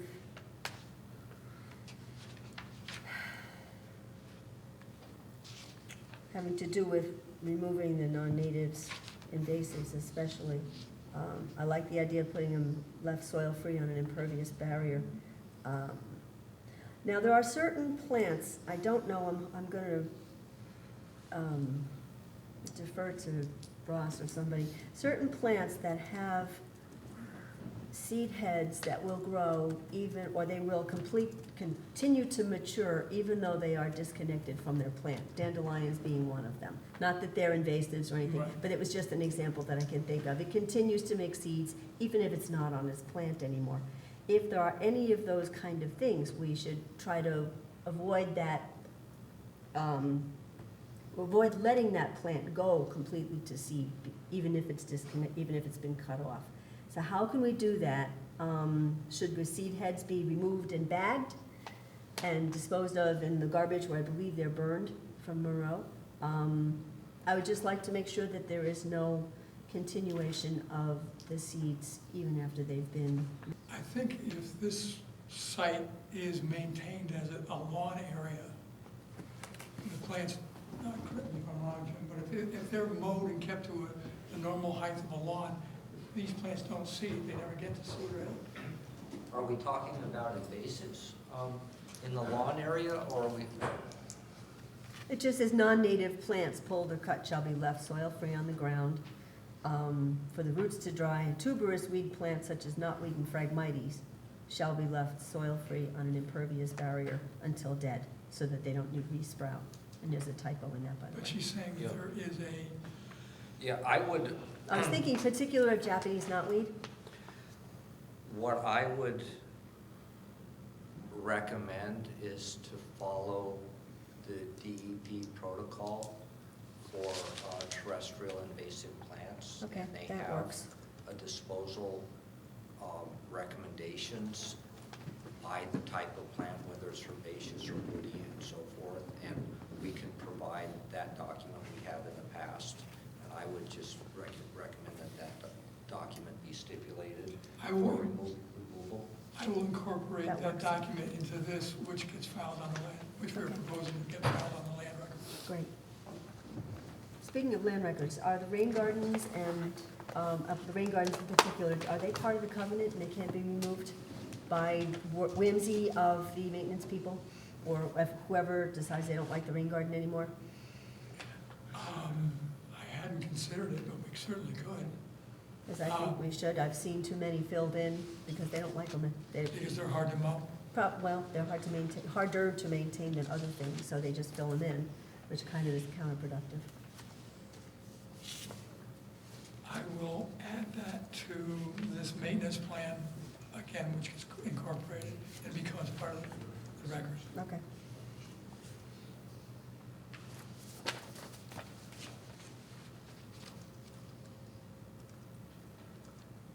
Can we have a copy of your changed covenant or maintenance plan? Oh, yeah, we'll Once be you get getting it this rewritten, and please. the other comments that have been made. Okay, thank you. In addition to alternate 3A, what we'll do is produce a final set of plans that incorporates 3A and these comments. So you can, with a new date, so you can just say, as approved, whatever date that comes out to be. Any other questions for the applicant? Nope. Okay. Any comments or questions by staff? No? Okay. Then let's do exhibits. So we will be continuing this next meeting, but we will open it up for public comment each of the public hearing nights. So we'll do exhibits, and then we'll open it up for public hearing, public testimony. You ready? Exhibit 1 is the application determination, the first review by the town engineer dated 5/25/16. On June 10th, exhibit number 2, June 10th, letter to the abutters with the certified mailing receipts were submitted. Exhibit number 3, June 15th, was response to engineering comments by Nick Clark. The document was dated June 15th. Exhibit 4 was received June 15th. It was the engineering report by Spath Bajorklin. It was dated May 23rd, revised June 15th. Exhibit 5 was a map set. It was a 13-sheet map set titled Burr Corner by Spath Bajorklin, dated May 24th, 16, revision date June 15th, 2016. Exhibit 6 was the Health Department comments by Rich Jackson, dated June 16th. Exhibit 7 was a letter postponing the opening of the hearing by Dave Bajorklin, document dated June 22nd. Exhibit 8 was a letter granting a 27-day extension to August 24th by Dave Bajorklin, document dated 8/24. Exhibit 9 was the wetland function evaluation by Environmental Planning Services, document dated August 16th.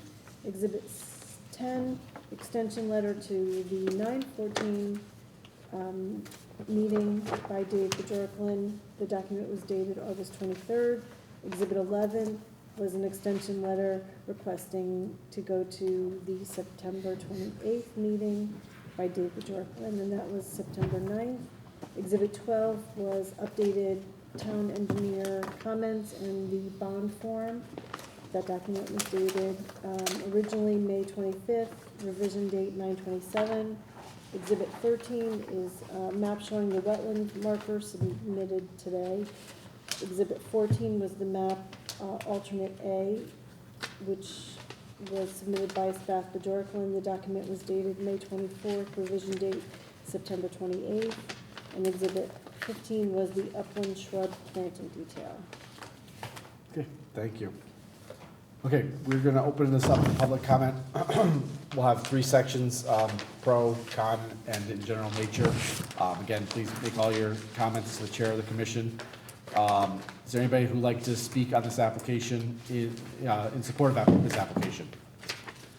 Is there anybody who'd like to make any comments against this application? Is there anybody who'd like to make comments of a general nature against this application? Yes, please. Just identify yourself for the record, please.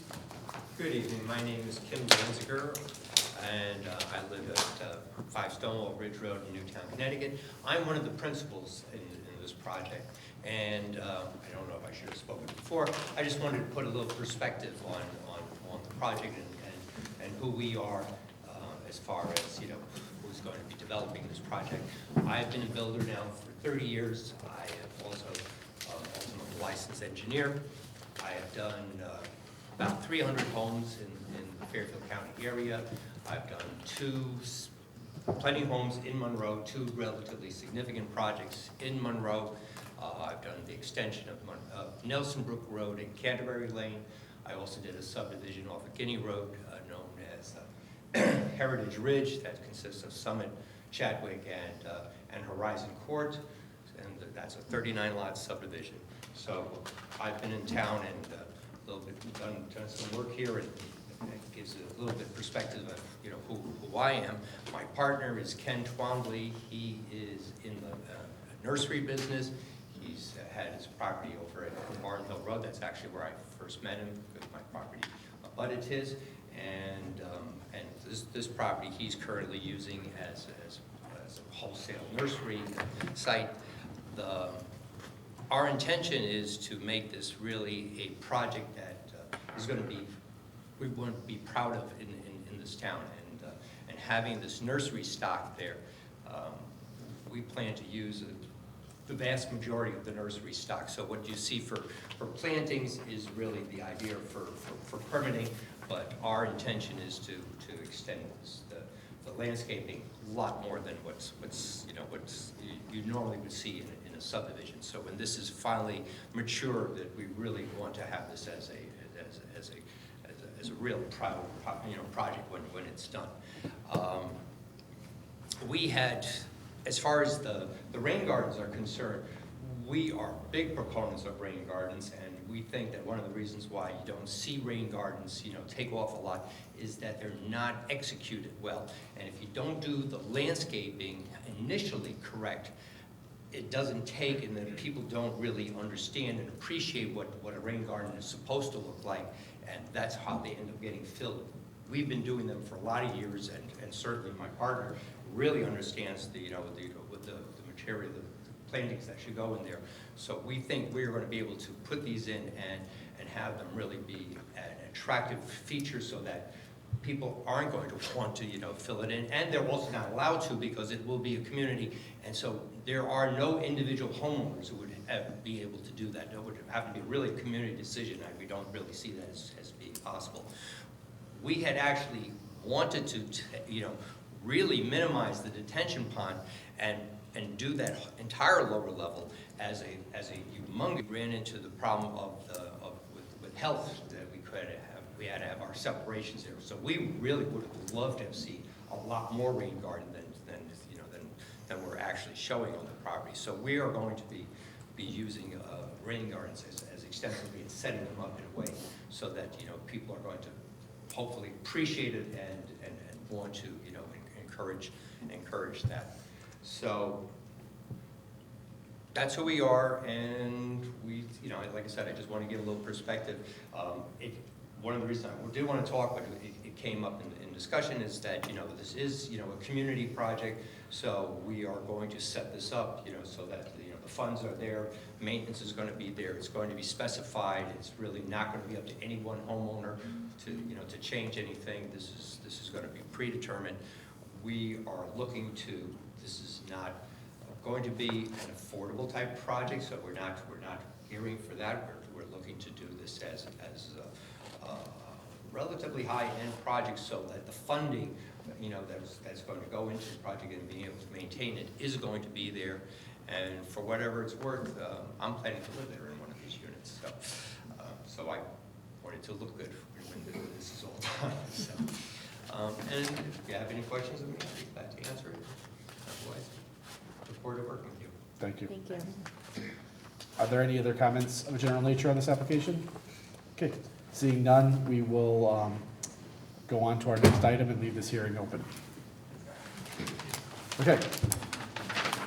The next public hearing is IWC 2016-13 for High Ridge Drive, proposed 4-bedroom home and associated site improvements with Saki. Sorry if I mispronounced the name.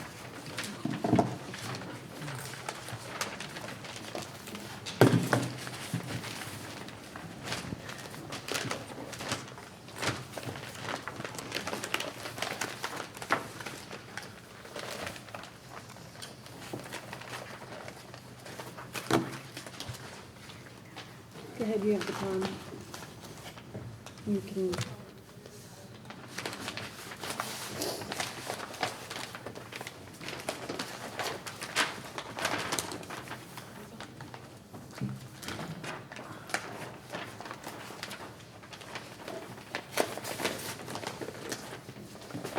Okay, if you could just introduce yourself for the record.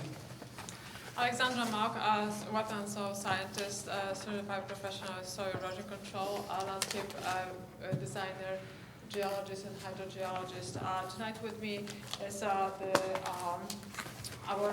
project engineer, Ardi Lu, and he's from for engineering and land surveying.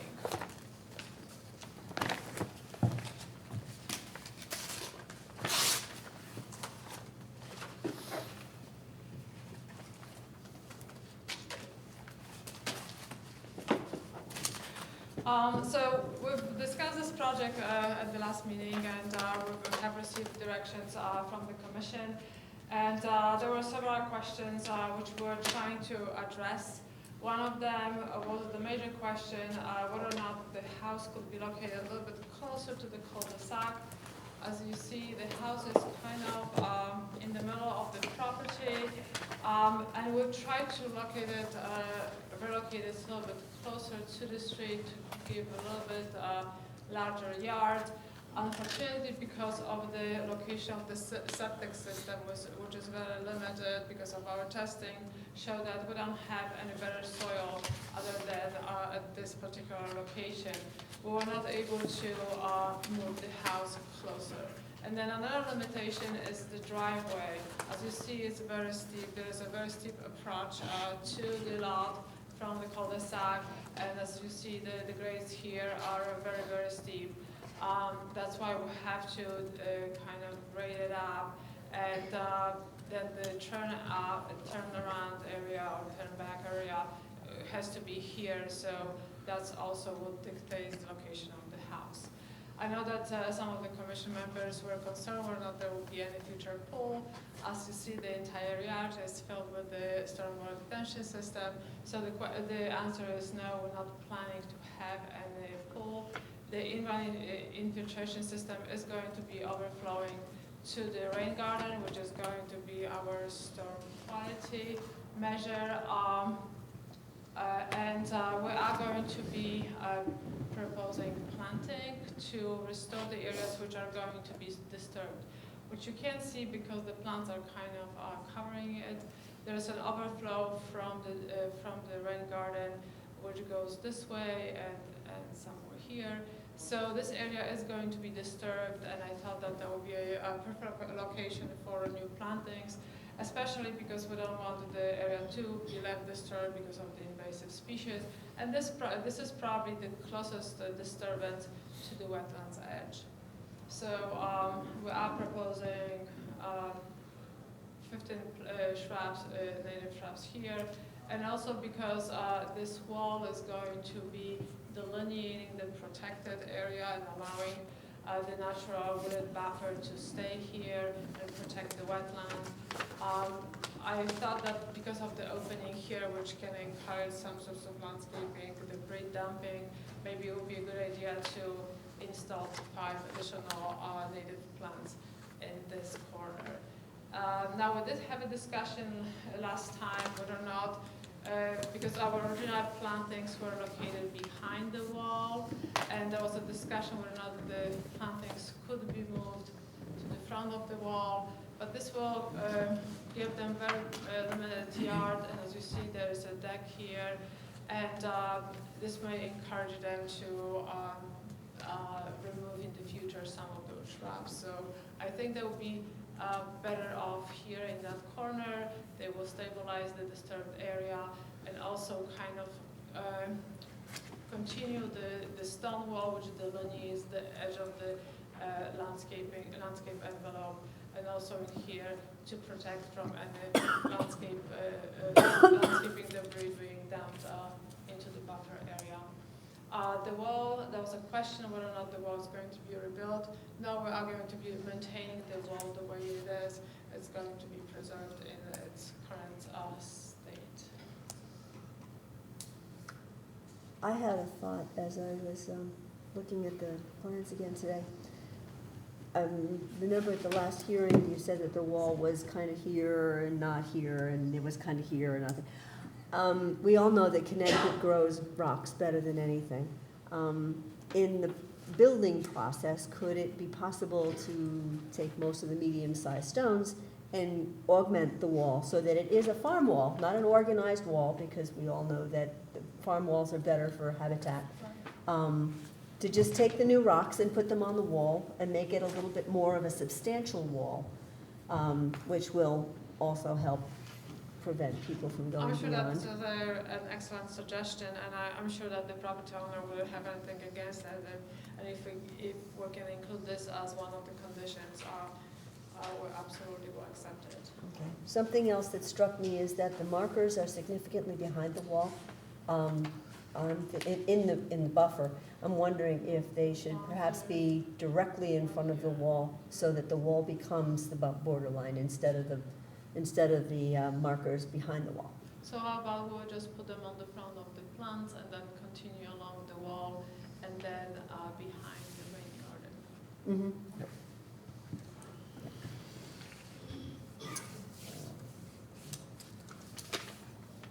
That was really all I had. Oh, can the rain garden be put on the deed? The same as the previous application, so that it does not become a victim of somebody that doesn't know how to maintain it, or something. It should be included on the deed as. I'm not sure because this is a soft feature, and who knows what's going to be happening in the future with the lot. And maybe the future property owner would like to move the rain garden somewhere else or use this area for some other reasons. And then it's really hard to take something from it's hard to from the deed because I think it's a process. It's not as easy as you just decide to make this change. So I'm sure that this is going to be part of the plan, and everybody's seen that this was approved and it's supposed to be there and maintained. I think we can put a maybe stormwater maintenance plan on the deed and show how this is going to be maintained and ensure that this is going to be there and be part of the stormwater management which we are proposing. Because if it's But I removed, think then a major part of your stormwater. Right, in this location only will take part of the yard, which as you see is very limited the way it is.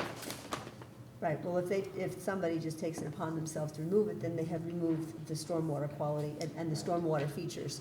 So it's kind of important that it stay there, because that is one of the reasons that we will be, Right. working on what we're doing. So it will be okay with Megan, can I ask you, is that something that is stormwater possible to be added? maintenance? Put it in the deed? Yeah. But they Or is- wouldn't Or is move it? what is what Ms. Mock is It would recommending be, the that would best? be kind of a hard thing to enforce over that would be something they couldn't do anyway. Right. So it's sort of like implied in the deed. Any deed is subject to, zoning, building, wetlands, so. Mm. It's part of the wetlands approval. They Right. can't remove it without affecting, they'll be doing work in the upland review. Right, but once the building is built and the approval goes away, then there's They no wouldn't be more. able to remove it. Without doing work in the upland review, it'd be a violation. Yes. Okay, never mind. Just talking wanna- it out, just I know, talking it out. I just want to make sure that sometimes people don't understand what it's all about, and they don't like it there, so they want to move it there, or they don't like it at all, so they want to take it Which, away. I'm fine if they move it somewhere that works. That's the other thing, is like, I don't want it to become like a conservation easement where I now have this little sliver of the property that nobody can touch and nobody really knows where it is, and you have to get a land surveyor to tell you where it originally was. And there'll be something recorded on the land record, did you say there was gonna be a plan, or the map will be recorded? Planting plan, or not a planting plan, but stormwater quality plan, you said?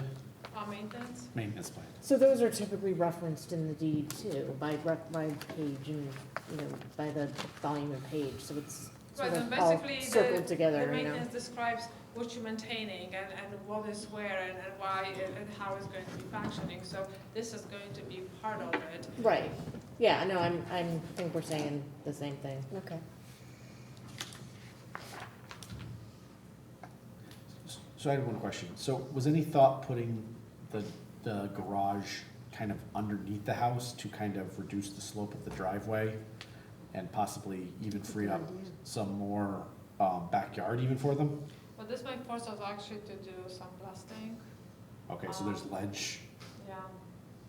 That would explain why the septic tank can only be in one location too. Okay.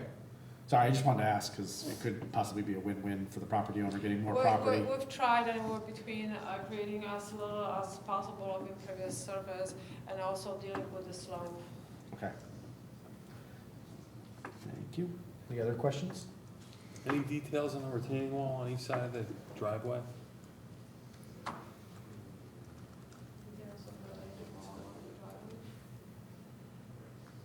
We can provide the cross-section, engineering design and cross-section. Can have this as a condition of approval. Administratively, Scott, you believe that's suitable for? I'm writing a different condition here. You're asking about the detail of the retaining wall? Right. That's usually something we work out with the building permit and the building build permit meeting, process. okay. So that doesn't have to be one of our conditions. What's that? That doesn't have to be one of our conditions, though? No, I think it's outside the. Not upland unless you anyway. want something special. Okay. I believe it needs a permit from building permit anyway, and in order to get a permit, they Okay. have to Yeah. be designed by the engineer. It will be outside the upland review anyway. Yeah. Okay, any other questions? Okay, is there anything else the applicant would like to present? Any There is one questions thing from I staff? want to Yep. ask about before they close the hearing, and that is, you're adding to the flow in the street in the cul-de-sac, and I asked for calculations on the existing drainage system. Yeah, it's part in the drainage summary report that was submitted prior to the. I did not get a revised drainage report that addressed that. It was, I got a revised report, but then that was still on my comments, so I haven't gotten something since, but I'm looking for calculations that will show that that pipe in the street can handle the additional runoff. I mean, you're providing attenuation for the flow that goes out to the wetland, but you're increasing the flow to the cul-de-sac. You're putting a driveway and you're increasing. It's not much, but you're increasing it. I'm guessing that there's probably not a problem. It's a simple, rational method calculation to show me what the flow is in that pipe and what you're adding, and just to show that the pipe's big enough to handle that. And wasn't the subdivision, the cul-de-sac created for the subdivision? And wasn't the design of the drainage on the street designed for the additional lots? I'm not sure what the history is, but it looks like this is a new section of the road, and it looks like the drainage is pretty new too, and all those lots are Yeah, about the to be drainage developed. on the street was designed to handle the flow from the street. And that's, I'm just asking you, I mean, it's probably very, it's probably not going to be a problem, but I just wanted that to be verified before you close, so that if it is a problem, if that pipe's already at maximum capacity, then we know about it ahead of time and it could be a requirement. do you want it as a separate calculation, or, because in the report I separated the catch basin of the cul-de-sac as a separate inflow, What's the revision date? September 12. Yeah, right here. What page are you on? And No one ever numbers the drainage reports. I've never That's the seen most one yet that extensive has one, numbers on the It's page. a little feature in Word. You just click the button. Appendix H and I. Move on, sorry. Two-thirds later. Appendix H H. is the existing condition, and then I is the proposed condition.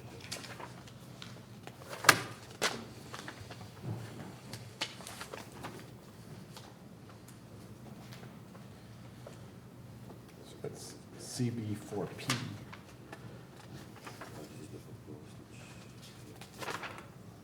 this is the proposed condition, and then the other one is the existing.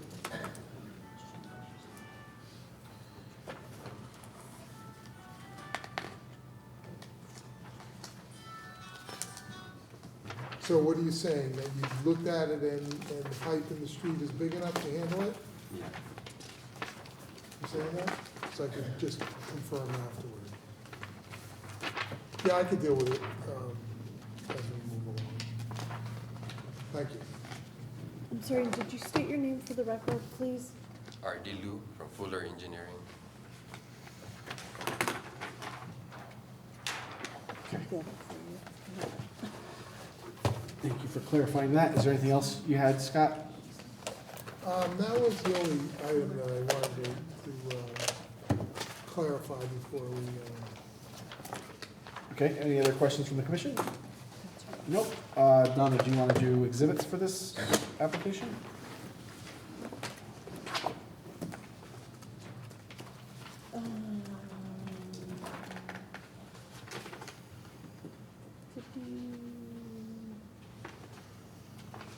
Did I read them once already? are these? Last meeting, yeah. Are these additional before you read, or did you already lock those in? Did you already lock those in? Yes, I did mark those in already. Okay, so we have Exhibit 15, which was the response to inland comments by James Quill, Fuller Engineering, document dated September 20th. Exhibit 16 was a map set 4-sheet plan titled Proposed 4-Bedroom Resident by Fuller Engineering.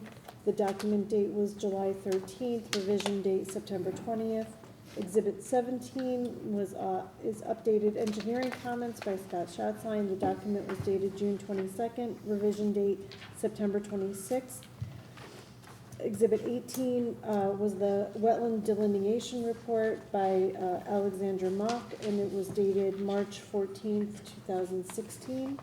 Exhibit 19 is the revised planting plan by Alexandra Mock. Great. I have one more thing that I thought of. Does the office have a copy of that plan? Because we do not.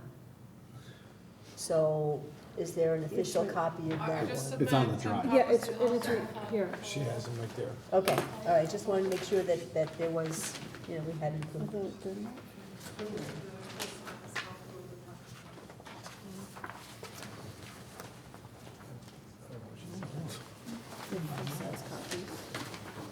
Thank you.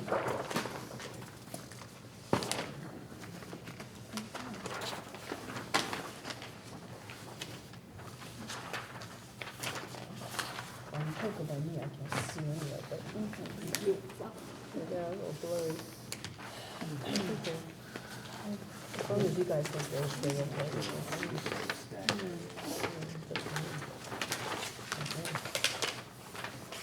Donna, were any of those that were just submitted new, or you already were noted as part of the exhibits? No, you're getting, the notice at, They're already in the list. yes, thank you. No problem. All right, cool. Let me see. All right, then we're going to open up this hearing to public input. Does anybody who'd like to speak in support of this application? Anybody who'd like to speak in opposition to this application? Anybody who'd like to make comments of a general nature about this application? Seeing none, are there any questions, comments by commission or staff? Seeing Yeah. none, oh, sorry, Hold on. no worries. What you got? That, is that the, Is that the blown-up version of the little one? this? This is not very clear. Yeah, the latest plans that you submitted, they're not legible. We can't read these. They didn't blow up very well. So a small copy, which I provided and prepared, and then there is large copy with, shows. And this is not really You can't read it. legible either, we can't read it. You can't read the details on this.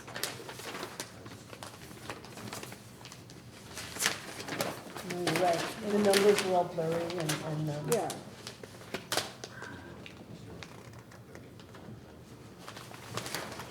This is 5 days earlier than the other one. So what is the problem? The problem is that the detailing is not readable, so All when the they're going, is not clear. yeah. I see. All right, so we'll provide proper copies. Is the digital copy, and we have the Yeah, digital we- copy. Yeah, We've got but the even the digital digital- copy is not clear either, because I enlarged it at work, at the office, and I couldn't read it. maybe that's part of the problem. Not that you did anything, just that No. it did. It's just not clear. I wonder if it was done too much. I did not think. So it just, you need to have something legible for, especially for the record. Yeah, we will just resubmit because I believe Alex scanned our plans and then draw on top of it. That's Yeah, why. that's what, So I'll put her drawing in ours so that it will be clear. And then Okay, I will that's resubmit. fine. Yeah. Yep, just so that we can, because you can't really make out any detailing on this, numbers, words. You brought more copies of the wetland delineation, were they submitted tonight? Yeah, Yes. yes. Okay, That because was they are, only- Yeah, you, they're dated 5 days earlier than the other one that we already received, so I'm a little confused. The one that I have in my packet is dated March 19th. oh, you know They- why? Oh, no, that's right, okay. I don't, is there anything different between the two? Yeah. See, This is this what is you the one I can't had, hand it in tonight. and that's the one Yeah. tonight's. So, just as long as there's nothing different in it, For then, those done earlier, which I couldn't find on my hard drive, so I created a new one, oh, which is this one. okay, well, as long as they're exactly the same, there shouldn't They be are, any yes. issue. Oh, okay. Good, thank you. okay, so. So, here's a question, because we don't have the clear map. We can't accept the maps after we close the hearing. True, and I gotta say that, you know, I need time to look at the drainage, but, you know, I'm looking real quick at what you just showed me. And you've got subcatchment A and subcatchment B. Those are two areas that are the cul-de-sac and the lot. I'm asking about the flow that's coming down the street. The tributary area coming down the street that contributes to that same catch basin. You gotta add that one in too. Yeah, the area. So I'm, just to not get into, you know, I got that going on and, the fact that they gotta submit some legible plans, I don't know, you might, for the sake of 2 weeks, you might wanna just Yeah, when's our next meeting? keep it open. It is the 12th. The 12th. Would the applicant be okay with getting those items ironed out by the 12th? And then we there shouldn't be a lot of issues, it should just be getting the documentation out in the line.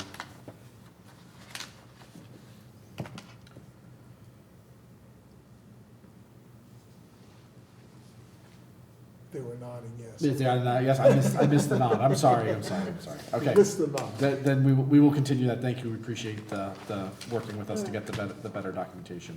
Okay, Make sure that gets- thank you very much for coming before us with that. All right. We're gonna try to make one more before Scott needs a break.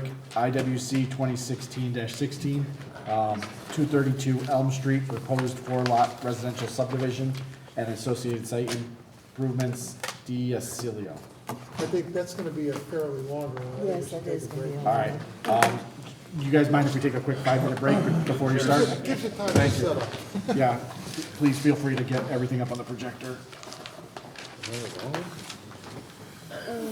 Okay, let's pause for Even I'm gonna take a picture of this one. Yeah, I don't think I'm gonna make the rest of the meeting. Yeah, exactly. Better not let me out the door, I might not come back. Can we do half meeting? I got animal copies of There this. were only 3 of them. I know, they weren't, you guys ate the rest of the bag last time. No, we didn't. Yes, you did. When did we have Maybe not sneaker last bars? time. I think it was, what do you call it? I think it was 2 Maybe times it was ago. 2 times ago. All right, are we all recording? Okay. We're on. Now, to pick up where we left off, IWC 2016-16, 232 Elm Street, proposed 4-lot residential subdivision and associated site improvements. Please introduce yourself for the record. For the record, my name is Larry Edwards, professional engineer with offices 227 Stepney Road in Eastland.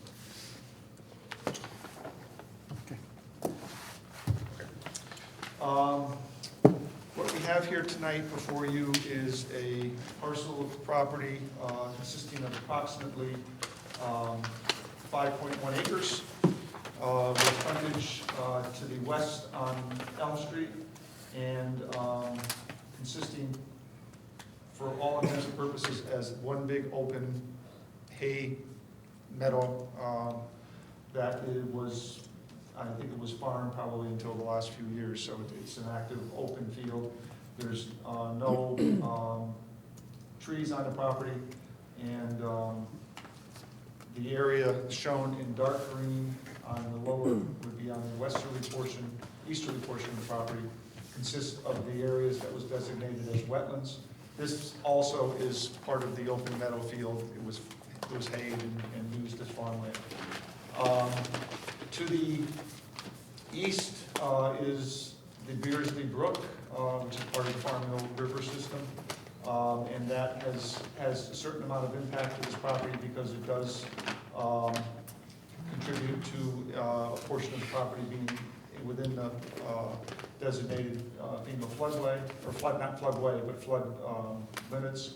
It's shown as this line right here and goes out on this side. So the portions of the 2 lower lots are within the designated 100-year flood area.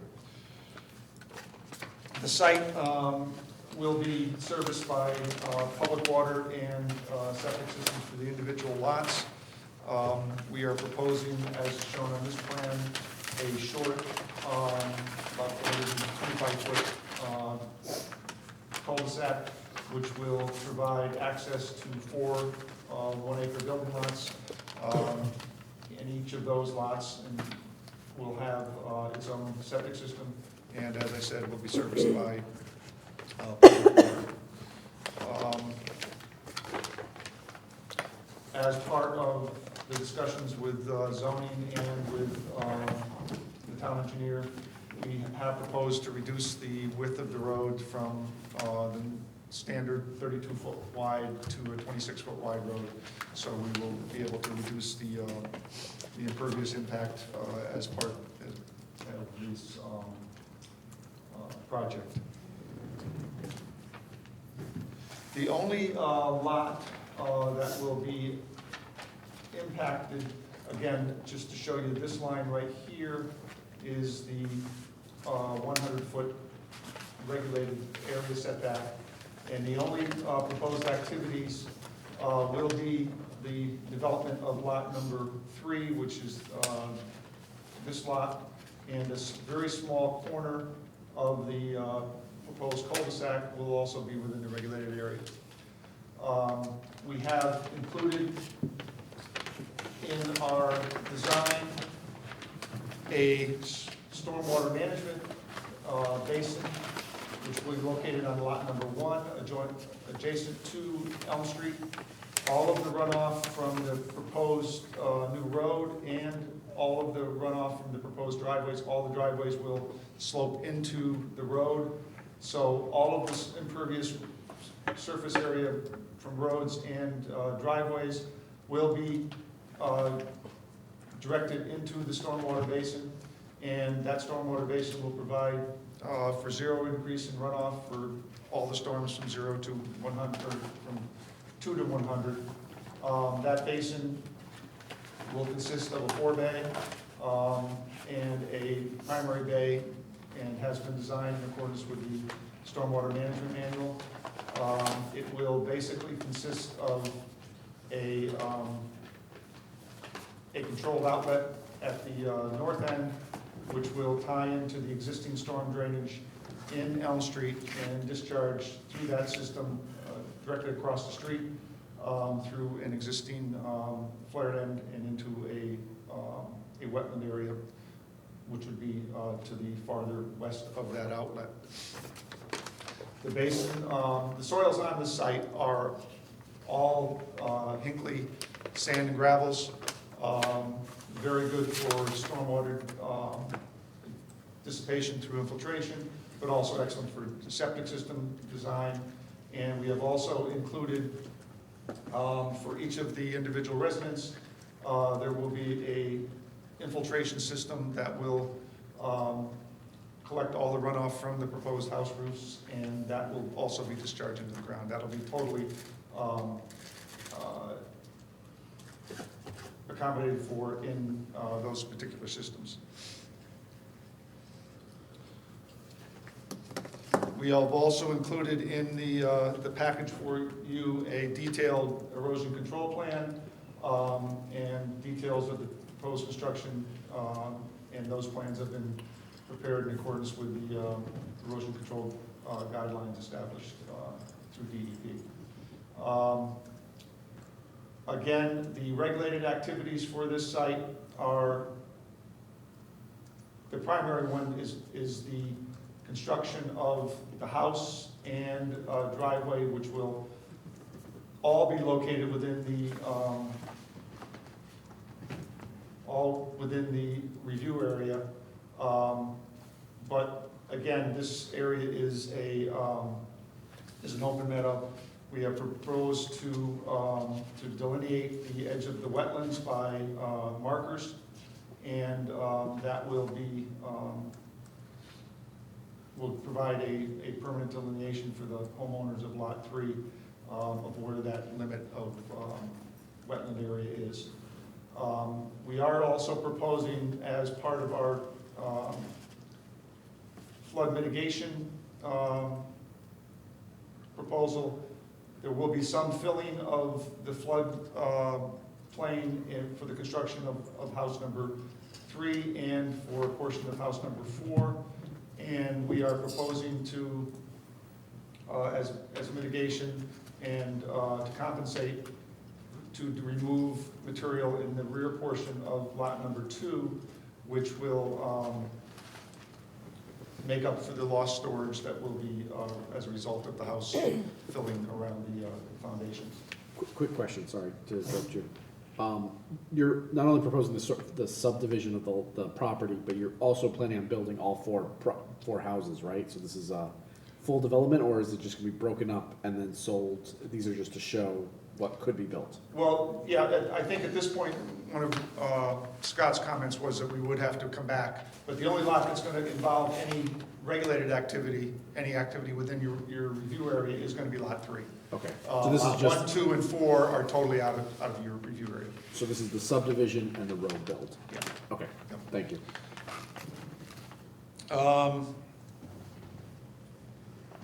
So, you know, again, we're proposing that flood mitigation for the construction of the houses on lots 3 and 4. Now, that pretty much sums up the proposed activity. I think what I want to do is, we just received Scott's comments this afternoon, so we haven't had a chance to respond to them. I just want to kind of go through them and hit some of the high points to make sure that I understand totally what he's looking to do. And I know I'll get with Scott and go over in detail, you know, when we have a chance this next couple days. Just going to his first page, I just want to make sure verification receipts, we emailed those over to you. You have those in your file. If you don't, we'll get you additional copies. The ones I saw were just in the beginning there. Yeah. I have the receipt that, Yeah, yeah, but we need the green cards, the actual receipt of mailings. You had to do return receipts? I'm not sure if we did return receipt or not. You did certified and return receipt, Okay, yeah. so we should have them, so I'll get you those. Okay. Some of them may not have come back yet, so we'll see what we have. And, okay, going down the wetlands assessment report, we're in the process of getting that done. That has not been completed yet. The rest of these items, you know, they're items that we will address. Going on to the second page, number B, technical 1. That concerns this, this area we're designated as a proposed easement to the adjoining property. As part of the legal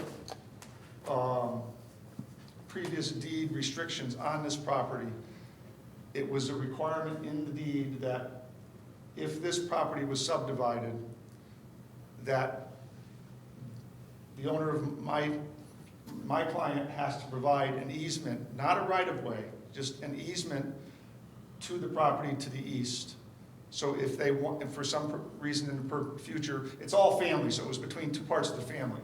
So we are proposing that 50-foot easement. We have no idea, we have no intention of doing anything, and anything that's going to be done within that easement is going to be done by the person next door, not by us. And for us to show a potential, you know, we can't show something we don't know what's going to happen with. So the deed said that if you subdivided, you had to do this easement, That's exactly right. but there's really no purpose for it? I think what it was is they just wanted to make sure that they had a right to get out to that property if they wanted to. Got it. You know, the Beersley Brook runs right alongside of that. Let's say This is a huge you're flood dead ending area. into It's a big wetlands. Yeah. wetland, right, To be honest, there's nothing on our property that's going to be within the wetlands, but anything they do on the adjoining property is going to be totally within the wetlands, the floodway, the Okay. flood, everything. So it's not going to happen, but we have to, as a legal requirement, have to provide it. So Okay. that's what Got that is. One of the things I was getting at with that is, we do see that from time to time. Usually it's not an easement, it's a right-of-way. But what I was saying was, have you picked the best spot? In other words, I don't know what happens with that wetland, it veers off more. For instance, could it go elsewhere that would be more practical? Is that the best place to put it for future access? Is there a? You know, Scott, honestly, that's not our concern. Oh, it is your Well, concern. no, it isn't, because we have to provide an access, we have to provide an easement, we are not gonna, say for instance, and it wouldn't be that case, but say for instance, it was gonna take away a lot. It would not be in our best interest to provide them with an easement, which may or may not be usable. But we have to, as a legal obligation, have to provide it in some place. And to be honest with you, where else would you put that wasn't gonna be any less or more of an impact on the Well, that's potential kind of next what I door? was asking, I Yeah. wasn't sure. And we, you know, we don't have the wetlands on the property next door, we don't have any map on the property next door, so we, actually where it's going is probably one of the most realistic spots for it to go. And that's pretty much why we chose that particular spot. I have, I was curious as to what that was all about too, so I went into the town GIS maps, and I took a picture of it and put it on this with this particular development highlighted, as well as the wetlands that are around it. So if you want to plug it in, and when we can actually see what is all around it, and see if perhaps there is a better spot. I realize it isn't in your best interest necessarily, but it is ours, because we have to supply P&Z with our comments on this subdivision. And if we see a potential to not be able to help the wetlands in the future, we have the right to give a negative referral. So it's in your best interest actually to get the best positioning possible so that we are not pigeonholed and have to give a negative refererl. If you understand what I'm I have trying no to problem say. taking a look at what you have, I mean. Take a look. It's just right off the GIS maps, and There should be one right on the side. it is a very interesting wetland system you got right The next. other- And I on the agree, they other probably side, can't do there's anything. There's one available. You have Yep, to right, submit right 14 next to, on the copies. side, right next to the, I didn't get my 17 copy I yet. didn't get my copy. Okay, And Don needs a copy to stamp. you hear that? Where's that They gonna want 14 copies. go? Am I just gonna put It's this? an exhibit now. There you go. It better be readable too, otherwise it's shanky. It must be, know, What is it? totally for you ignorant here, guys. because What have I got there? I'm beyond my I think. Scott, can you, I usually X out of Just that and X then out right of that. click on Windows Yeah, Explorer. just is the way X I out do of it. that. Go down on the, Yeah. on the bottom Okay. left, right click, yeah, removable drive F. Explorer, yep, and then hit Travel Drive. It's- Removable drive F. Travel Yeah, drive? yeah, yeah. F, It's gonna be No. that's the No, town. F, No, F, you got the wrong. go back F. to the next one. Here, I think hold it's on, the- I'll get it for you. Oh, yeah, I we think can it's do the it. only one on the street. Here, I got it, I got it. No, no, because they're Hopefully plugged it's the only in, one they're on the plugged in stick. right next to the town There one. you go. Okay. Good, I hope there's nothing else on that thing. I'm just thinking the same thing. I think it was empty drive, so. We're Oh, not gonna it's see some taking pictures we time, don't want there it is. It's your grandchild. Spice up for that one. Yeah, there you go. Pictures of all kinds of things, you never know That what's would gonna be show up. Keep my eyes peeled. Okay, the area in yellow is the site that we're discussing, and the purple is the town wetland. The wetland stretches the entire. Okay, right, and that edge. those two black lines in the site are just my depiction of, I just stuck two, because I couldn't remember exactly where they were, so I think they're a little bit Further north, but east that's- of where they're supposed to be. But, so that gives you a general, That's where the easement is? The- approximately. Okay. And the, It's off a So, little and bit. the easement, pretty much what that is saying is that there's absolutely no other place I can go that is not Except surrounded up. by wetlands. Except up. no, but it has to be on the property, it has to be on Actually, the 204 property now. next door, if you look on that, that's 204. Now the site plan that we have says that the easement is to 178. Now, they don't abut, 176, I'm sorry, but they don't abut each other. Oh, there you go. So I don't quite. Oh, no, okay. Yes, there was a problem in the deeds, and there's also a problem in the GIS in terms of the addresses here. I think you're gonna find that there may be, those two may be They can't be, because this one, yours is 232. So it 232. wouldn't be next to 178 and then No. 202 be on the other I side. think it was up on top, there was an issue on the, now, what you're saying, the deed says it's to 176? I just took this right off the GIS maps. I don't know about Okay, so anything about the what is deed. your, you mean our map says it's to 20? Yeah, your map says that the easement goes to 176. Okay, well, I'll check that and see, but it's to this adjoiner. To the adjoiner, so it's really supposed to be to address wrong. 204. But it- 204, okay. it has to go to that property. Because at first we thought it was to the top, but then we did research and we came to the conclusion it had to go this way. So you can provide a comment to planning and zoning. I mean, the issue with easements is that there, you know, there's not a whole lot of control you have about it. I mean, they could get a subdivision and then 2 days after they file their map, they could come in and grant an easement to a neighbor. It doesn't mean that they have a right to use it. You could put something in your approval to say that, you know, that would require, even though it does anyway, that would require a inland wetland. Application to it. Application and Dead ends approval. and wetlands, the entire And the property. fact that the easement's there does not in any way support the fact that something would be approved. No, we're not pre-approving a road to go through there. Yeah, yeah. Okay, Okay, thank you. all right, thank you. Okay. Sorry, we got. Proposed wetlands markers, you know, we'll take a look at that and see if we can maybe adjust them some, but we have to have some buildable area. Again, this is the only lot that has any impact. And I'll review that with Scott when we get, when I go down through these in more detail. Where on that lot are you proposing putting the septic tank, is my question? Septic's up, that comes to the next question that Scott had brought up, but,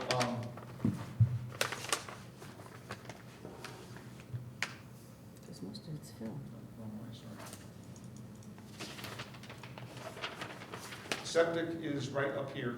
The primary septic's right here. Septic tank's in the front, so that's all outside of the review area. The only thing that we're showing in the review area is the reserve area. And where's the floodplain line up with that? the floodplain is, I don't want to create more of a question, but the floodplain, the official floodplain is this line right here, okay? And Yeah. as you can see, the difference it goes right through the middle of the highest point of the lot. Right. So if you in fact take the elevations that are shown on the flood profile, it is actually this line right down here. This line right here, because it follows the contours. It follows elevation. Number. Yeah, and so this is actually what is the limits of the flood. So once we get through this process and through zoning, we are going to go back to FEMA and get what they call a LOMA and get the line revised. They do, and we've been in contact with FEMA when we first had this issue. They do not want us to apply to them until we have local approvals, because they don't want to do something. And they want the work done. And they want the, it prepared. So that is ultimately, all this we're showing for disturbance within the floodplain really isn't gonna happen, but we have to show it as if this was the flood line up here right now. Okay, because my question regards the, if the health department in town can't approve this, where the septic tank is, because the FEMA No, it's the, line is it's not the septic tank, it's the reserve leaching area. fields, the reserves are in. No, as far as in the floodplain, you can put a septic tank, you can put a leaching field in the flood zone. That's not an issue. Okay, I thought the septic tank could go in, I didn't think the leaching field. Oh, yeah, they can go, we've designed them, before, so that's not an issue. In the floodways, nothing. But, as far as the floodplain, you can put either one of those. Now, if you have to fill them to put it in, then that becomes an issue because you're taking away storage. Right. But as long as they stay in the ground, they're fine. But one of Scott's comments was, you wanted me to relocate that so it's not in the review area.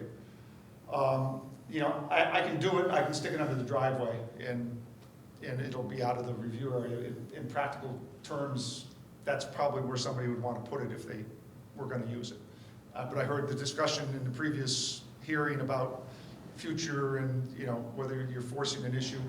I'll just move it under the driveway, and that way it's out of the review area. If they want to do it, sometime in the future they need to do it, and they don't want to tear up the driveway, they can come back to you to get a permit to Yeah, do that. I would just check with the health department on that too, because I know they don't like things being under driveways either. They don't, but they if can't it's say has to- no. Yeah, Yeah, They it's can't say doable.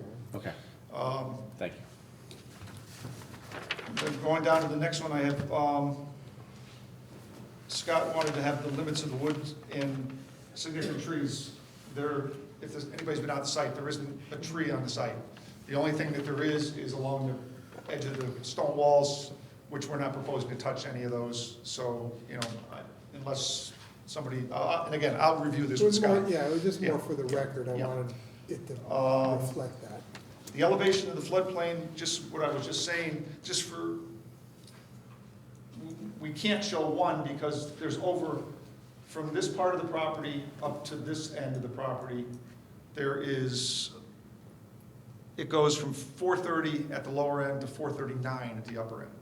So it's a adjusting line. So we can't just say it's 430. It's because it's going to be different all the way across. So, but again, that's something I'll discuss with Scott, and we'll figure out how we're going to put that on there. Across the street, Scott was concerned, obviously there's a wetland down here somewhere that this all goes into. We'll pull off of the town GIS or whatever we can find that gives us a representation. We can't go on there, but that was discussed earlier too.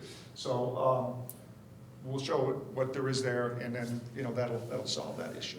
Yeah, I guess what I'm saying is, at least based on our GIS and the location of that outfall, technically, You're right. there'll be a upland. Yeah, it could be a regulated activity. Yep. I understand totally where you're coming from. I didn't think Is it about in that. somebody's backyard?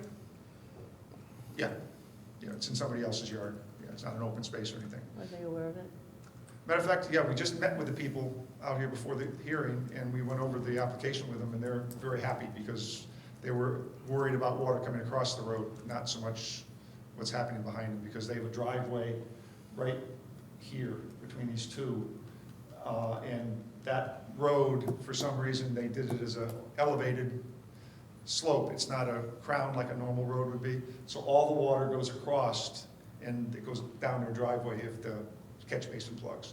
So what we're doing is actually gonna help them, because we're picking up all our water, but also the water that comes in, basically comes out of that field, is gonna be picked up and routed back around. So they were very happy, that's why I didn't stay, because they saw what we were doing and we explained it to them, and they weren't gonna bother staying around, so.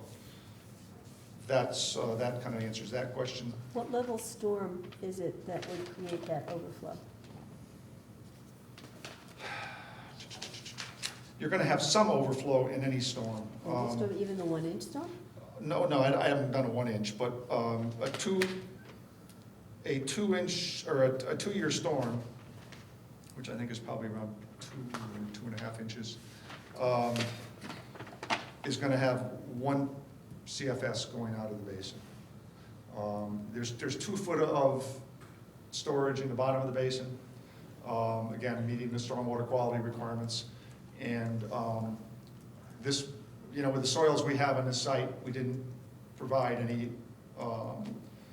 drain out, because that water was going to dissipate very quickly. Drain out? In other words, if you remember the earlier application, he was putting a drain in the bottom of the basin, so that it made sure that it drained out, so there wasn't any stagnant water in there. That's not going to be the case here. The water's going to infiltrate very rapidly into this basin. Did you consider individual low-impact water attenuation for each site? Like a rain garden, like underground detention? We do for each of the houses. You do? Yeah, each of the houses has its own, all we're addressing is the impervious areas. So that's the road only? Okay. If you see right here, we've taken all the roof runoff, that's all going, into the ground. So again, we've taken all the impervious areas.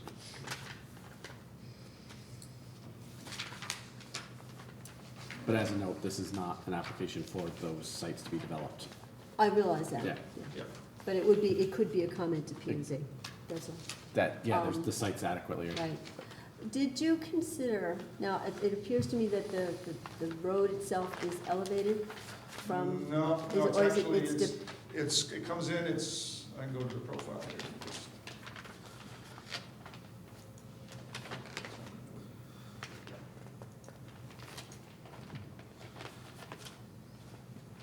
How do I get back to that, Scott? If you click back on the Is that an Adobe upload? icon, or there you go. There it is, okay.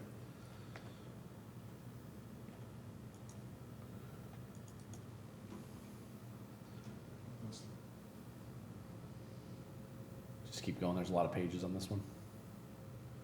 I think they combined all of them for you guys. Where do you see a lot of them? Just keep going down. Scroll. There you go. Oh, okay.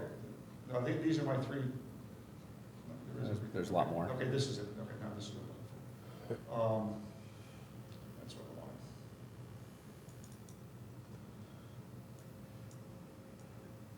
Immediately off the road, there is a dip here, and about 2.5 feet.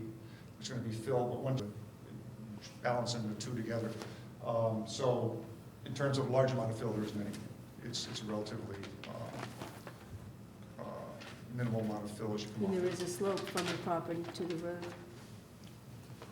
Yes. Is In other the- words, this is existing ground right here, this is where the road. Right, okay. That's about a little over 2 feet. Mhm. Okay. I was just wondering if a swale along either side of the road, if the road were crowned, the swale that paralleled the road all the way down might enable you to decrease some of your detention basin size. You have to talk to him about that, because Is it like that's, swales, no curbs and swales are, that's Oh, not. especially on a road this Yeah. length. I'm not a big proponent of that, you know that.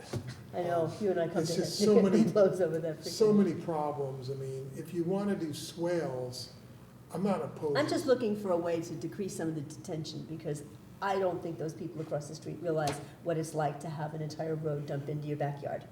I do, Well, first of and all, it's not fun. okay, first of all, what they're doing with this development is they're attenuating the flow From the houses, but not from the road. Yes, from we the are. road. Oh, yeah. From the road, Oh, from yeah. the whole house. To detention the basin. detention basin, but the detention basin is only gonna hold about 2-inch storm before it No. dumps across the No, street. no, but Am I wrong? the outlet pipe from that basin is a 6-inch pipe, that's all. So that whole basin is gonna fill up, that whole area is gonna fill up about 4 or 5 feet, depending on what the storm is gonna be. At a 100-year storm, it tops out, and then it goes out, but the rest of the storms, it's all Oh, that's reducing. not, okay, that's not what I understood you to say before. Okay, so that was my misunderstanding. Basically, the first inch is held without anything going down. Mhm. Because that's what stormwater volume has to be. So, in a matter of fact, I know we exceed that amount. But just to run down the numbers for you, for a 2-year storm, it goes from existing conditions coming off the site is 2, these are rounded numbers, 2, and we go down to 1. At a 10-year storm, it goes from 6 to 5, or 7 to 5. 25-year is 9 to 7. So, it's going down in all this progressive steps. So all of the storms are being held back so that we don't exceed what presently is going out there. Okay. Yeah, and there should be just clarification. What it does is it provides no net increase in the peak discharge, all right, in the peak of the discharge, but the amount of flow will increase. Mhm. But because they control the peak, it doesn't matter for the people across. It goes over a longer period of time. Longer and a period of slower time, right. Okay. rate. Slower rate. But the peak, which is the important thing, the point where it's Yeah. peaking, that's what they control. Okay. Thank The you. next item, and this really doesn't, I don't think should affect you guys, but Scott, I thought in our preliminary meeting we had, that we discussed that we were gonna make this a flat top sketch basin. And now your comment says you didn't Yeah, want I'm that. sorry, I couldn't really, I know we talked about it, but I know that to have an intersection with 2 catch basins in the middle, or 2 structures in the middle of the intersection, that's a sag right there in Elm Street. So you got a sag that's right at the intersection, you gotta control the water, you gotta catch the water. So I'm thinking that you're gonna have to do something in Elm Street there to move the low point off of out of the intersection. Or else you gotta put a CL top in the middle of an intersection, which is usually, I'll tell you right now, Public Works Department's not gonna want that. But you do realize that all the water is going to the other side of the street anyway. Well, that's something we could look at. Yeah, but it's something that we have to look at. I think we just need to put our heads Yeah. together, come up with something to do there. Okay. Now going on to the 3rd page, drainage. Again, just to comment, we're proposing these houses as a 2,000 square foot footprint. Scott indicated he thinks it's too small. That goes to about a 3,400 square foot house with 2 floors. That's a big house. Yeah, so what we're showing is, in today's market, market is not getting bigger. The market is more in that 3,000, 2,800 square foot is what we're seeing as being that part of the market that's going anywhere at all. But anyway, and again, each of these are gonna be designed independently, and they're gonna come back to you guys. Yeah, I If the gotta house comes say- in as 3,000 square foot footprint, then they're gonna have to be a larger system. Yeah, I gotta say, I saw 2,000 square feet, and I was thinking that was the Yeah, I know, footprint. yeah. So now that you pointed that out, I tend to agree with you. And it comes down, okay, clarification, application for individual lots. Again, that was one we discussed before. The only one that's really gonna need an individual permit to the commission is gonna be lot 3.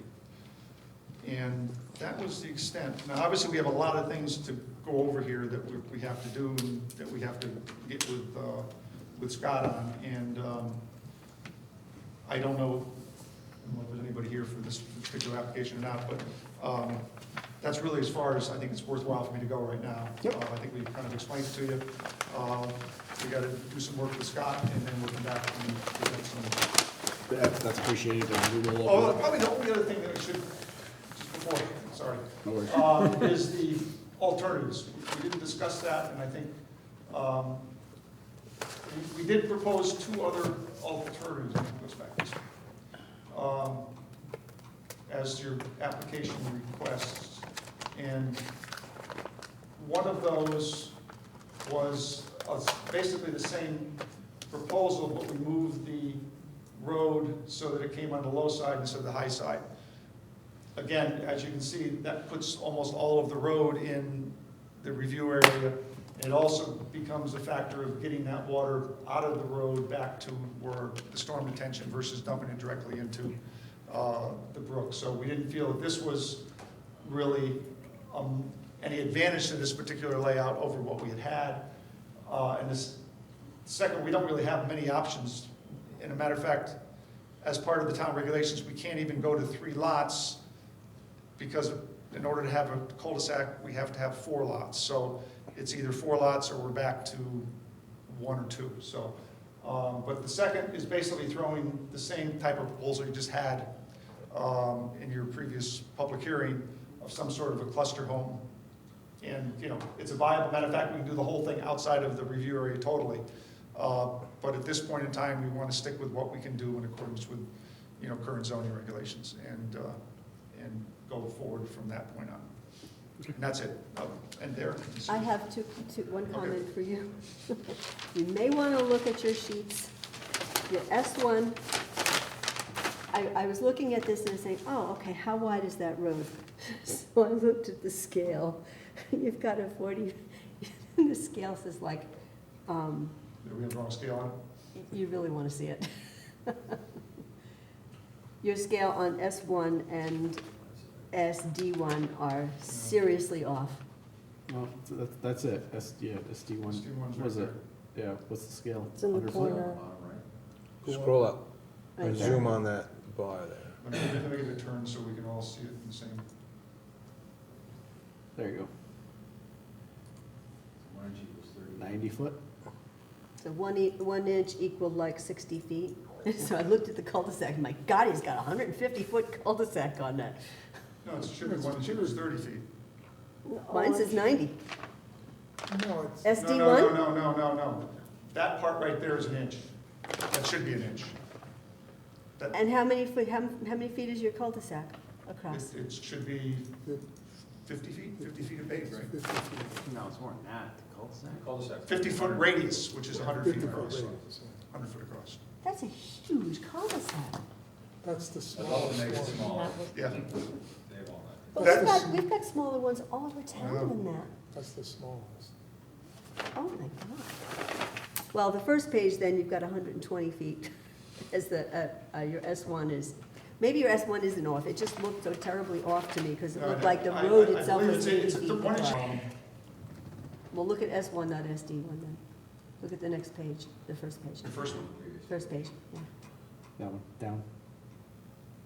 that's 40, it's a different scale. 40. Scale. Oh, wait a minute, no, that doesn't match, okay. No. It doesn't match the Yeah. drawing. Okay, we'll check. I just it. wanted Well, to, one of them's you know. wrong. Okay. Preferably the one that makes it smaller. Yeah.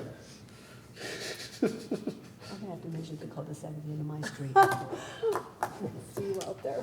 That's huge. Lois is gonna be running our tape measure across our road tonight. That wouldn't be the first time. Try to do it during the daytime. Okay, those are my comments. Oh, did you know that there's a shed on your property that Yes. belongs to the neighbor? Okay, And we're gonna address that prior to P and Z. okay. All right, Okay. that was it. Thank you, thank you. Any other questions, comments from the commission or staff? And then we will do exhibits, and we'll open it up for public comment. Okay. Exhibit 1 was the tracking receipt for the notification of letters sent to the Public Health and Aquarian. Exhibit number 2 was Health Department comments by Rich Jackson dated August 31st.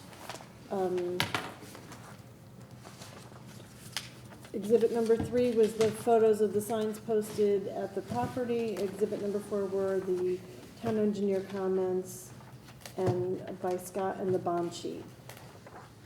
Butter notifications? That's what I'm gonna get you. You have our evidence of mailing, but you don't have the cars. No, she's talking about the abutters. You the have list the of abutters, notification for the copies of the letters that you sent to the Aquarian and the Public Health Department, and then you were supposed to notify your abutters of the public hearing? Yeah, and there was a sheet of all, there was a bunch of them together that are all the, yeah, we're just talking about that. and you You know, just- I understand, this one's only $12, and the other thing I don't see is a. So he gave you list of- the list of them, but not the receipts. No, this one goes to Easton, and this was to Hartford, this is only for 2 letters. Yeah, that's Aquarian and the Commissioner of Public Health. What's Now the you're other one you talking have about the abutters. Correct. And the abutters, he gave you a list of all the abutters, or is in, I thought I saw on there. That's all right, yeah. But what she's asking for is she needs the actual receipts. He needs to get them back. That's what he said, he was gonna get them from his He's office. waiting to get them back, right? So you don't even have the list? I thought it's it. I thought it was in, Yeah, I think it's on. I know my secretary sent it over, but I don't know who it went to, There so. it is. Yeah, okay, So you just need the actual Cards. receipts. yes. Okay. Okay, Oh, Is that just missing. all the exhibits? Putting my, That is all the exhibits for right now. Perfect. Okay, so with all applications, we open up to public comment. Each night, we have the public hearing. This will be continued, so if you want to make comment, anybody who'd like to speak in support of this application? Anybody who'd like to speak against this application? Anybody who'd like to make comments of a general nature about this application? Okay, seeing none, we will continue the hearing at our next meeting. Okay, thank you. Thank you. Okay. Next section of the agenda is our violation hearings. The first two, correct me if I'm wrong, are scheduled for 10/12, so those will be skipping. IWV 2016-11, 27 Dogwood Road. This is an informal hearing about the violation. Is the applicant or the property owner here? Yes. Thank you. Can you come forward and just introduce yourself for the record? My name is Luis Reina, and I'm a friend of Ronaldo Silva. He's basically doesn't really kind of speak English really, Okay. so he wanted me just to come in and just Appreciate help that. him the best I can, you know.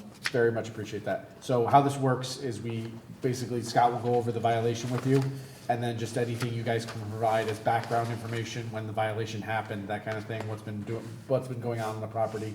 And then we'll deliberate, figure out what we want to do, whether it's visit the site or et cetera, there's lots of stuff. So, Scott, you want to take it away? Yeah, and in this case, I don't have to go into too much detail because I met with them, and we had a meeting with planning and zoning, and we went over the whole issue. So really, let me just give you a little background. He purchased this property from someone who came in and I guess they acquired the property, kind of flipped it, and they did an addition on the house. They did a deck enlargement or a deck, there's an addition, a deck, redoing the septic system, and then across the driveway, there is some fill that was put in along the side of the, it's not really a driveway, it's actually a roadway that comes in here. It looks like a driveway, but it's a road right of way. And along the side of that, they put some fill. And on the other side, they redid their septic system. That's to just refresh your memory. We had a meeting and we talked about the fact that the addition and the deck are beyond the setback line, and they never got any permits for it. So they've got things that they built that they don't have permits for that aren't allowed because they're beyond the setback lines.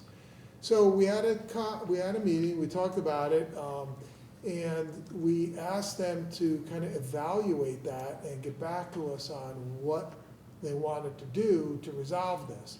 Now, I've got some ideas. I don't think this is a huge problem as far as wetlands goes, because these are the wetlands here, and the addition is over here, and the septic system and fill is over here. There's a little bit of fill, I guess, that was put in this area here that is an issue.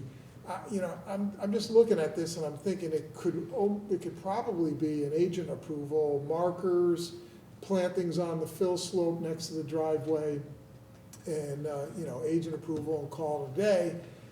But we can't do anything with this until we know how they're going to resolve it with zoning.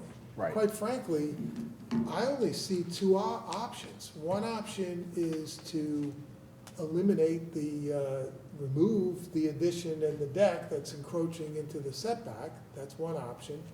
And the other option is possibly to procure a variance to allow that. Our conversation, though, at the meeting, we were pretty candid with them and said, we don't really see where you have a hardship to get a variance.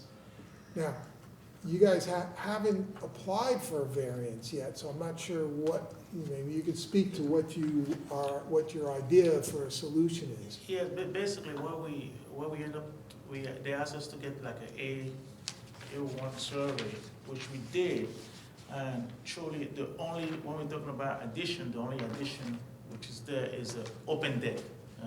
It's not like anything that it's not a structure. It's just a deck, an open deck, just to have access to the porch.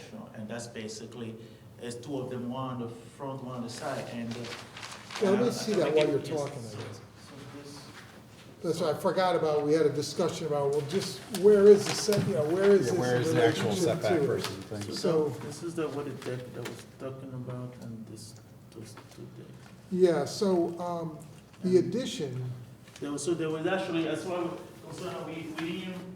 we thought that in addition, it would be something where you are actually living or whatever. This is right here, there was no additional, foundation or anything, it's just two decks. So I don't know how, so that's basically what Yeah. was going So to yeah, I'm looking at the survey here, and the survey clearly does show that there's substantial encroachment beyond the setback line. So they've got to resolve that with planning and zoning. I'm thinking, why waste your time until we know what's going on with zoning? Yeah, or their time. My suggestion to you guys would be, give them enough time of that zoning issue, and then ask them to come back once Yeah. they know what they're doing with zoning. Yep. Do you believe 90 days would be enough, or do you think you need more time? Yeah, I think 90, because 90 should be plenty enough, and because we figure we're talking with like the building department and zoning. Zoning, yep. We truly feel that there was really everything, no footprint. You can go back 100 years. I mean, since the thing was built, no footprint has been changed.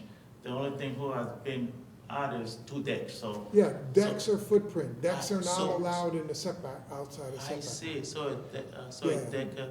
So this can't be resolved by the zoning office, by the zoning department Okay. or the person, building department. You gotta go beyond that. So, as I said, the only two options we see are to remove the encroachments, Which is the deck. Yeah. and,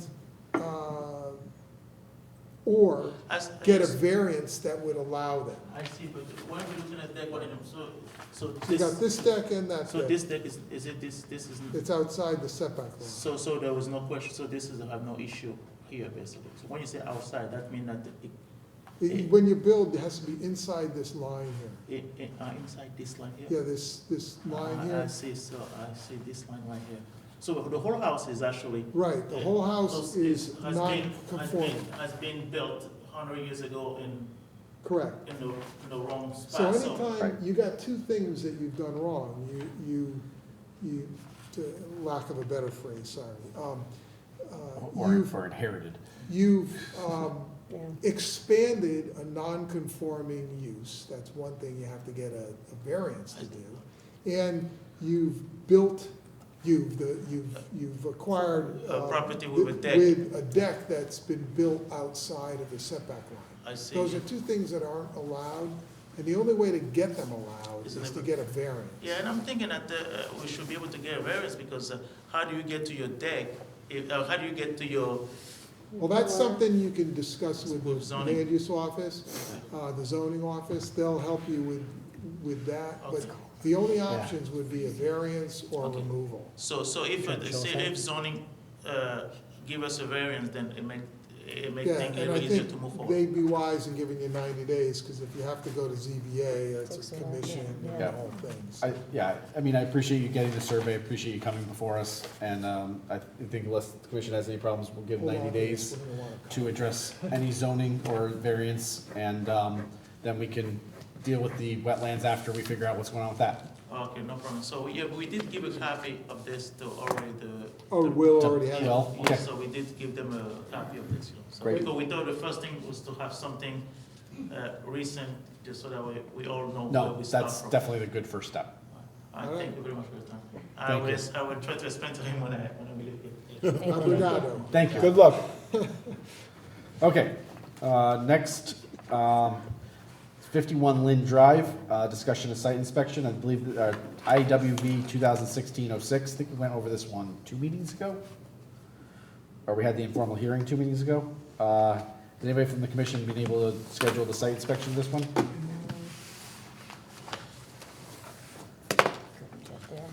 Yeah, I wasn't able to do any sidewalks since last meeting. Okay, We'll have to So- do that before the next one though, won't we? yeah, so I think if nobody's visited it, I don't think we have any choice, so we can't really continue to discuss it yet. Is the same thing true about 2016-08? Anybody visited that one? 424 Hattertown Road? Okay, so, definitely make sure we gotta keep up with these because, obviously there's plenty behind it. There's We have a plenty spreadsheet. behind it. Yeah, we now have a spreadsheet that that David's gonna keep up to date on for us. That shows us exactly how many we have and, it's not a small number. So, thank you guys. I know it does take some time and effort to put it in and I haven't done it myself, so thank you. Okay, then moving on to other, the item we added to the agenda, IWC 2014-11, 462 and or is it through 470 and 470 Main Street? I think it's 4 properties, so it's, I think it's through, I think so too. yeah. Is this, A lot of is this, problems. is this the Crossroads Remember I Center? sent you the- Yeah, this is the one, right next to the Stephanie Liquor, No. or next to Hillendale, Oh, Hillendale, yes. Where's Stephanie Liquor? right there. The other side? No, it's on the other side of Hillendale, right? No, Stephanie Liquor is on one side, and then the property, and then, no. I don't spend- I got it mixed I don't- up. It's in that area. I don't spend that enough time there apparently. All right, maybe we're in the wrong drive, we're in the travel drive E. Yeah, that's right. In the Wetlands, travel drive E. Did Lois ever get her drive back? Oh, No, it's still I in still there. gotta get them. Okay, while she's looking, 462, 464, 60, and 470, you approved the properties for strip mall with, strip center with, here it is right here. No, I don't have the new ones. All right, she This doesn't is have the old one. We don't have the new one on here. But this was what was approved. And there's a septic system right here. And this septic system required that a under drain, curtain drain, had to be installed along the northerly I property remember line, that. which necessitated the procurement of an easement. They could not get that easement. So what they've done is they now have, and I believe you have it in your packets, but we don't have it on the, I think, But you do have it, yeah. yeah, so what they've done Yeah. is, Oh, they've, this one, this, yeah. okay. they've changed the septic system so that they've added a septic area up here to the north of the building. Oh, wow. And I'm told by the health department that this area up here is preferred. So what's gonna happen is, it's gonna come out of the building into a pump chamber here. From here, it's gonna get pumped up the driveway, Oh, my God. right up to there, and then from here, it'll go gravity into a leaching field, and then it's gonna go gravity back down the driveway and back into a leaching field here, okay? The bottom line is, it really doesn't change anything as far as your, if anything, it removes a little bit of the septic area from your upland review area. So, but it is a change, and I wanted them to show that to you. I was I was requiring them to submit a completely new application because in addition to that, they had proposed 2 1,000-gallon propane tanks to be buried in the back, right back here, on either side of the dumpster enclosure. And that was in your upland review area. That was something very new and additional, and I said, look, you gotta go back to the commission for that, and it has to go through an application.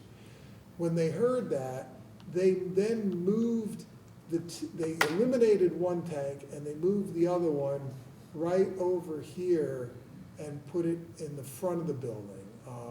Buried tank in the front, 1,000 gallon in the front right there. Now, your upland review area line, I believe, is this line here. Yeah, that's your, There's a couple of them there. yeah, I'm trying to think what that other one is. Oh, isn't there a very small pocket or something?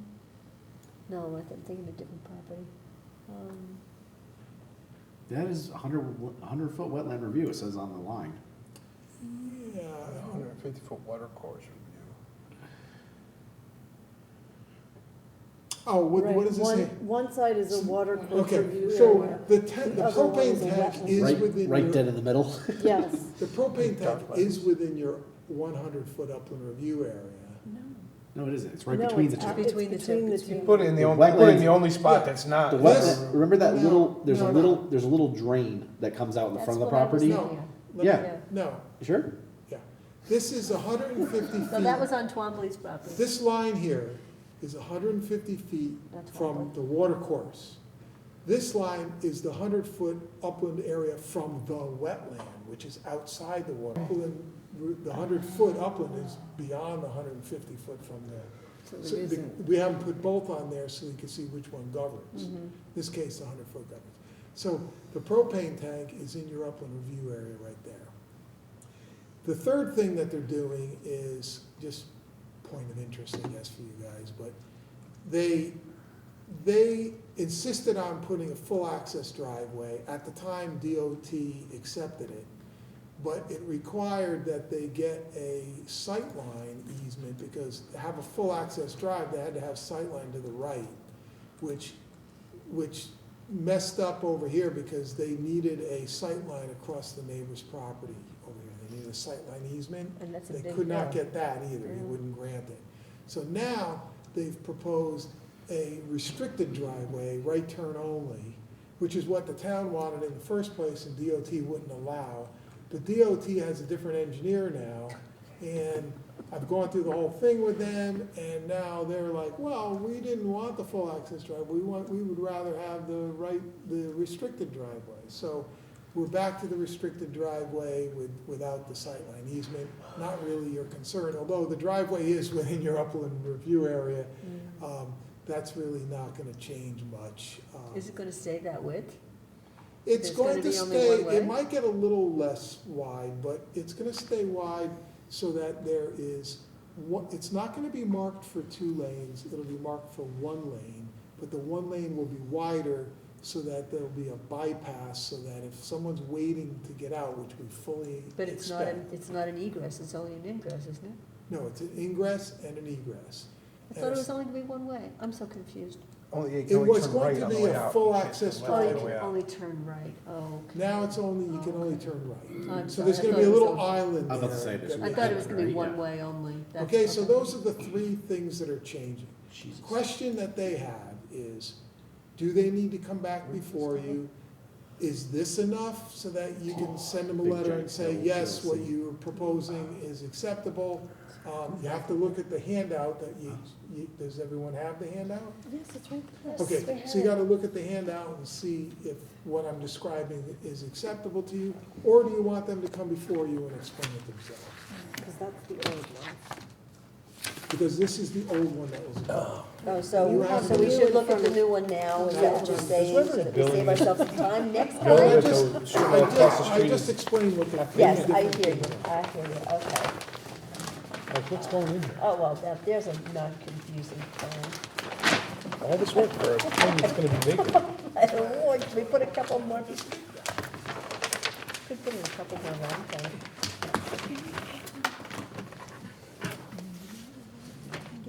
Well, that's all right, that's okay. What's our time limit? There's some, Any business after 10:30? Send it to me. Told you. So this, Okay, I'm not seeing a propane tank. if you look up in I'm seeing here, that one. in the, That's the one I'm doing. That's the only one. look up on They the moved it. screen, it's right here. Yeah, I got that one. I thought you said they were leaving one Yeah, behind. that's the one they're gonna put right in front No, there. they, Right. and they they eliminated went the from Look on other the two to one. plan, one. it's a and they moved it. rectangle, it's a little rectangle. It's right They there. eliminated the They second one. eliminated the second one, they're not doing the second one, only one. There's only one tank at the end, Right, Right. in the front of the property. yes. There's only one Period. tank in the front. Okay. Mhm. And this is gonna be an ingress and egress, okay, right turn only, got it? And then the septic tank, the leaching area is that shaded area in the back.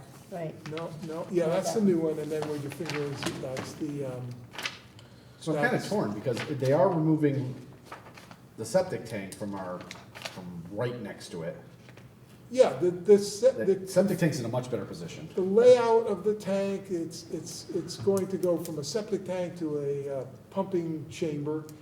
It's kind of a very unique design, because they're gonna pump it up to the corner of the property, and then it's gonna come back by gravity. Just don't use the, what do you call it if the power's out? Yeah, it's really, Generator? so really, yeah, what? Oh, I hope there's down. Well, they're putting a propane tank, so I'm guessing that probably is a generator. The propane tank's still in our purview, Yep. but it's Everything further is. away from all the detention basins and wetlands. It looks like it's right next to the front door, one of the main portion of this. Yeah, it's bare, It's bare. underground. Yeah, it's in an Well, area that's that what I they're mean, already, so- that they're already disturbed, They're already crushing it in there. Good point. correct? You know They're what I mean? already- So it's like- They're already disturbing that area, correct? Yeah, Yeah, everything that disturbing they're everything. proposing is in an area that's already being allowed to be disturbed. Yeah, and You've it's a already- gas, so who, you know, I don't see any real big Is the issue. right turn only out up there or down What are they there? gonna tell us? It's a Oh, gas, it's a gas tank that, it's a gas tank that's lighted on here, so. Yeah, Lights up, it's exactly. going off. It's in the other side of the At building. least it's so- not a giant So oil they're gonna tank. put What's a the bunch big more deal? units in there? I agree. You So, know? yeah, I think just to make this formal What are we though, doing? I'd want to entertain a motion to accept the revised plan. If we're okay with this, just so that we're not just like kind of waiving our. Yeah, I old need approval. something to give to the planning and zoning commission, because they're going back to planning and zoning. I move that we accept this, I second it. this plan as presented, With the changes of the propane with tank the and changes, the. the and changes plan. that Scott just described. Okay, perfect. We have a motion by Lois, a second by Jason. All in favor, or sorry, any discussion? Hearing none, all in favor signify by saying aye. Aye. Any opposed? Any abstentions? Okay, moving right along. What time is it? Ooh, For John, huh? You don't wanna. I don't want to. All right. We do not have a, no, we almost had a closed hearing for this agenda. 3 hours to go. Okay. We do have a drafted approval letter for IWC 2016-14, 754 Main Street, interior renovations, construction of truck well, outdoor living showcase area, stormwater quality measures, pavement repair, Stone Farm LLC. I'll entertain a motion Motion to approve, using the letter drafted. using the letter drafted by staff. Second. We have a motion by Jason, second by Lois. Any discussion on the letter? Summary, just real quick, it is 5 pages long, it's dated in Motion anticipation by Jason. for September 29th. It lists the application drawings that were submitted, and it lists the requirements that you were looking for under Section A, which is page 3. Section A is in 3 different items, one being A through E, added as far as the requirements that you want to put on the plans. And then it goes into the standard conditions to be addressed prior to construction, prior to CO, et cetera, et cetera. Added your $8,500 bond that you required. and then continues on to the standard requirements and statements before ending on page 5. Okay, any other discussion on the motion? Okay, all in favor signify by saying aye. Aye. Any opposed? Any abstentions? Abstain. Okay, abstention by Jim. Okay, bond releases, reductions, reports, none. We have a couple of time extensions, 4 to be precise. I-11-18, 114 Main Street, Dwayne Knoll, owner. Okay, so this one, they came to us and said they needed an extension. I brought it to you last meeting, and I told you about some problems with the enforcement or with the violation that was out there. They hired, I forget his name now, Dave Quattrillo, Esquire, to represent them. And Dave called me today, and he said, he told me that, he researched things and went through the file and realized that their time is not up, that they have another year. So they don't need an extension. There's a little bit of confusion with this, because what happens is, applications come before us and we do a review of approval.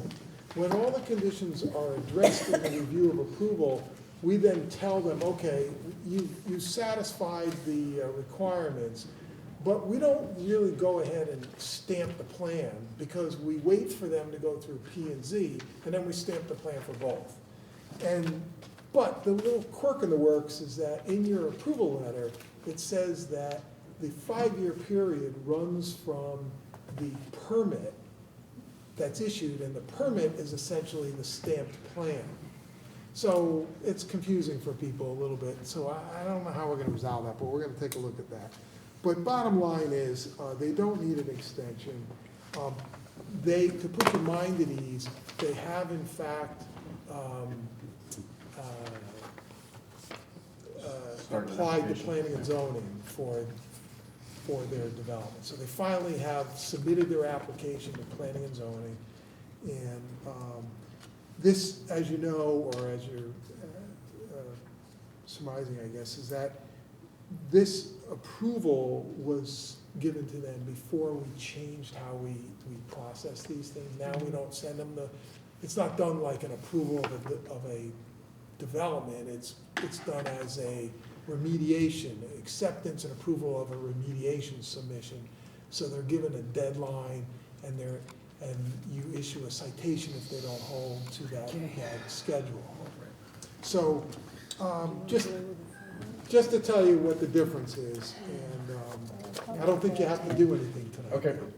Well, wait a minute, aren't there conditions that were supposed to be, that they were supposed to do a lot of cleanup? That's the problem, see, as I just explained. We can't do anything. Yeah, you approved it like it was a development, so they get 5 years, and then they get this 5-year extension.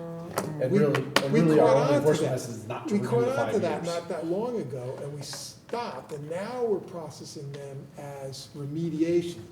So if someone comes to us in the future with a plan that has remediation folded into site development, we're gonna be careful about separating them. Right, yeah. So that we can force them to do the remediation within a much tighter schedule. Okay. But in this case, we weren't unable to do that. Okay, IWV 2015-20, 11 Blanket Meadow, Souza, Pyers, requesting 90-day extension to submit inland wetlands application. And I believe this is the one that's looking at their conservation easement that you brought before us last time, right? Yeah, there's a lot of negotiation going on. They're trying to propose a conservation easement change, and they are in discussions with the town attorney on that. So they're asking for more time to resolve that before they come to you. Okay. Is it progressing in a timely manner, or is it one of these where you get one response per month? It's progressing. They are responding to each other. I don't really want to go into it too Right, much, because understood. it's going to end up being, either way, it's going to end up before your commission. And I Okay. don't want you to prejudge. Right. Okay, I'll, Right, motion what's- for a 90-day extension, or do we normally do this, just? Do we need a Yeah, motion? yeah, you, last time you granted an extension, you did indicate that you consider that to be the final, but, Now, I move that we give them a 90-day extension.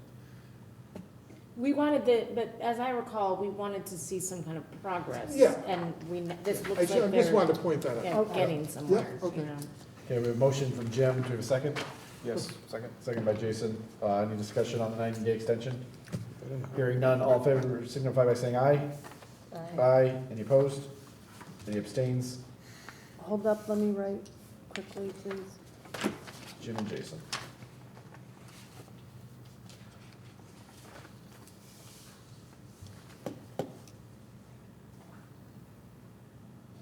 Okay, 600, yep, 90 day? 90-day. Yeah. IWV 2015-01, 207 Spring Hill Road, Julian Investments, Jorkland Jr., requesting 60-day extension to submit an application for new development, including remediation of any violations identified on the site. Well, this is one you granted an extension before, they had a buyer, and the whole thing fell through. So now they don't have a buyer again, and they're trying to get time again. So I don't know what you want to do. At some point, So has this already been through the citation process, or is this, would This have, is that not- would be the next step? this has not been through, I think this was not through the citation process. It got a notice of violation. And then they came worked before with you. us? Remember, it was Julian, Yeah, and they wanted time to market it, and they didn't want to do remediation and then have to rip it out to do development. So the Well- deal fell through and now they want more time to do the remediation. sounds like? Yeah, No, they don't want time to do the remediation, they want time just to submit any kind of application. well, yeah, they For want to remediation. fold the remediation into an application. have they submitted an application for remediation? No. No. No. No, that's just it. They had they How thought they old had is a this buyer, they put together a plan, it was January moving 15. forward, and then it fell. So it's not even a year? When's their last day of the last extension we gave them? You have the file handy? I'm trying to remember which one this is. This is the one that's all the way down near Trumbull. Do you want me to run down and get it? No, No. no. This is, No, this is no. down near Trumbull. Matter of Stay where fact, you're at. the whole 23rd. front of the property is in 23rd, Trumbull. isn't it? It's a flag-shaped lot, it's in the back. Someone that's way in the back that had some encroachment in, and Yeah, Oh, they is were this the one filling that's and behind, back. This is the one behind where- behind, 5 days ago. Jehovah's? This is the property where you guys there was an approval granted, and they never met the conditions of the approval, but before I was here, years ago, they went out and they started the work. Yes, yes. And It's like right they behind the did with Jehovah's lots of Witness sites. on the corner of Spring and Cutler's Farm. Yeah, somewhere, Right behind there? yeah. Okay, that's it, I And- remember. And they went in and they leveled the hill. Right. They took all the gravel out, They did a and they bunch of filled, stuff. they pushed the bad material into the wetland area, and Well, it seems never- to me there should be remediation on what they did to the wetland, regardless of whatever they build, because we're not Okay. gonna let them But don't build they in need the to do an wetland. application for that? Yeah, So are they you need to do that. telling me that you want I to don't know. see remediation within a certain period of? Well, they're asking for a 60-day extension to the required date. I mean, is there any way But- we're not gonna give them the 60 days at this Well, point? but no, they're asking for an application, they're asking for a 60-day extension to put in an application for a new development, including remediation. Can we just give them a 60-day extension to provide a remediation Well, that's what I was plan, gonna suggest. standalone? Right. Right. Dead- You could- you And could that's come- drop Development or dead, not, and we that's a need the drop dead remediation. date, and after that, the violation process Yeah, starts? I don't, So 60 development on its own. days, 60 days to submit an application. If they don't have a buyer, then you want to see the application for remediation? Right, and there's no more extensions. And. This has it- gone on since January of 2015, so it's a year and 10 months. And it might be noted that even if they do have an application for the development, I don't even know. the remediation may still be separate and have a different time frame, Mm-hmm, like we were just talking about. right. Okay. It was the first one in 2015, not necessarily January. Okay, will do. So are you, Yeah, I'll entertain a motion for a 60-day extension. So moved. Second? Do we have a second? Second. Sorry, thank you. And then it's with that condition. With the that you condition that it's further remediation. Any discussion on the motion, other than that? Jason that did it? Jen All in second. favor signify by saying aye. Aye. Any opposed? Yep. Any abstentions? 600. Yep. Okay. Everybody caught up? Yeah. Next one was the one that I wrote, that I read into the record at the beginning of the meeting for 127 Main Street, 5-year extension, currently under construction.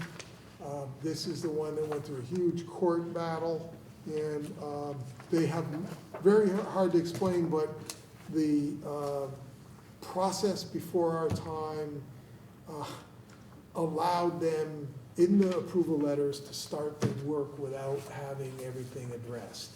So what we did was, after a huge legal negotiation, I came up with a memorandum of understanding, and they're allowed to do gravel excavation and preliminary grading, but they're not allowed to do rock construction or the start of their construction until they meet the rest of their conditional requirements. And so they're out there doing the work right now. They only got 5 years left, and they're asking for a 5-year extension. Okay. I'll entertain a motion. I'll make that motion. We have a motion by Jim. Do we have a second? I'll second it. All right, we have a second by Lois. Any discussion on the motion? Hearing none, all in favor signify by saying aye. Aye. Any opposed? Any abstained? 600. All right, IWC agent. Go, Scott. There are no general permits, agent approvals, permitted uses as of right. Public Works is going to be repairing and cleaning out a pipe on Fan Hill Road, 290 Fan Hill Road. The end of the pipe is submerged below the grade elevation. They're gonna dig a big hole at the end of it and try not to go too far into the wetland. It's, yeah, It is what it is. that's what, it is what it is, that's what they're gonna do. Yeah. All right, so, that's that. Then we'll move on to violations, discussion on completed violation hearings from this agenda. We have none on this Didn't have agenda. And then I've got 3 administrative reviews to go over with you. Do you? Next meeting. I don't think we can't start after 10:30. I can't focus on it. Okay, Yeah, we can't they're start there, those so, after 10:30. so we'll go over those next time, along with the 3 new ones? 4 more that he has to add to Take the. a break. And I told him that you probably wouldn't wanna discuss the spreadsheet that he gave you. No.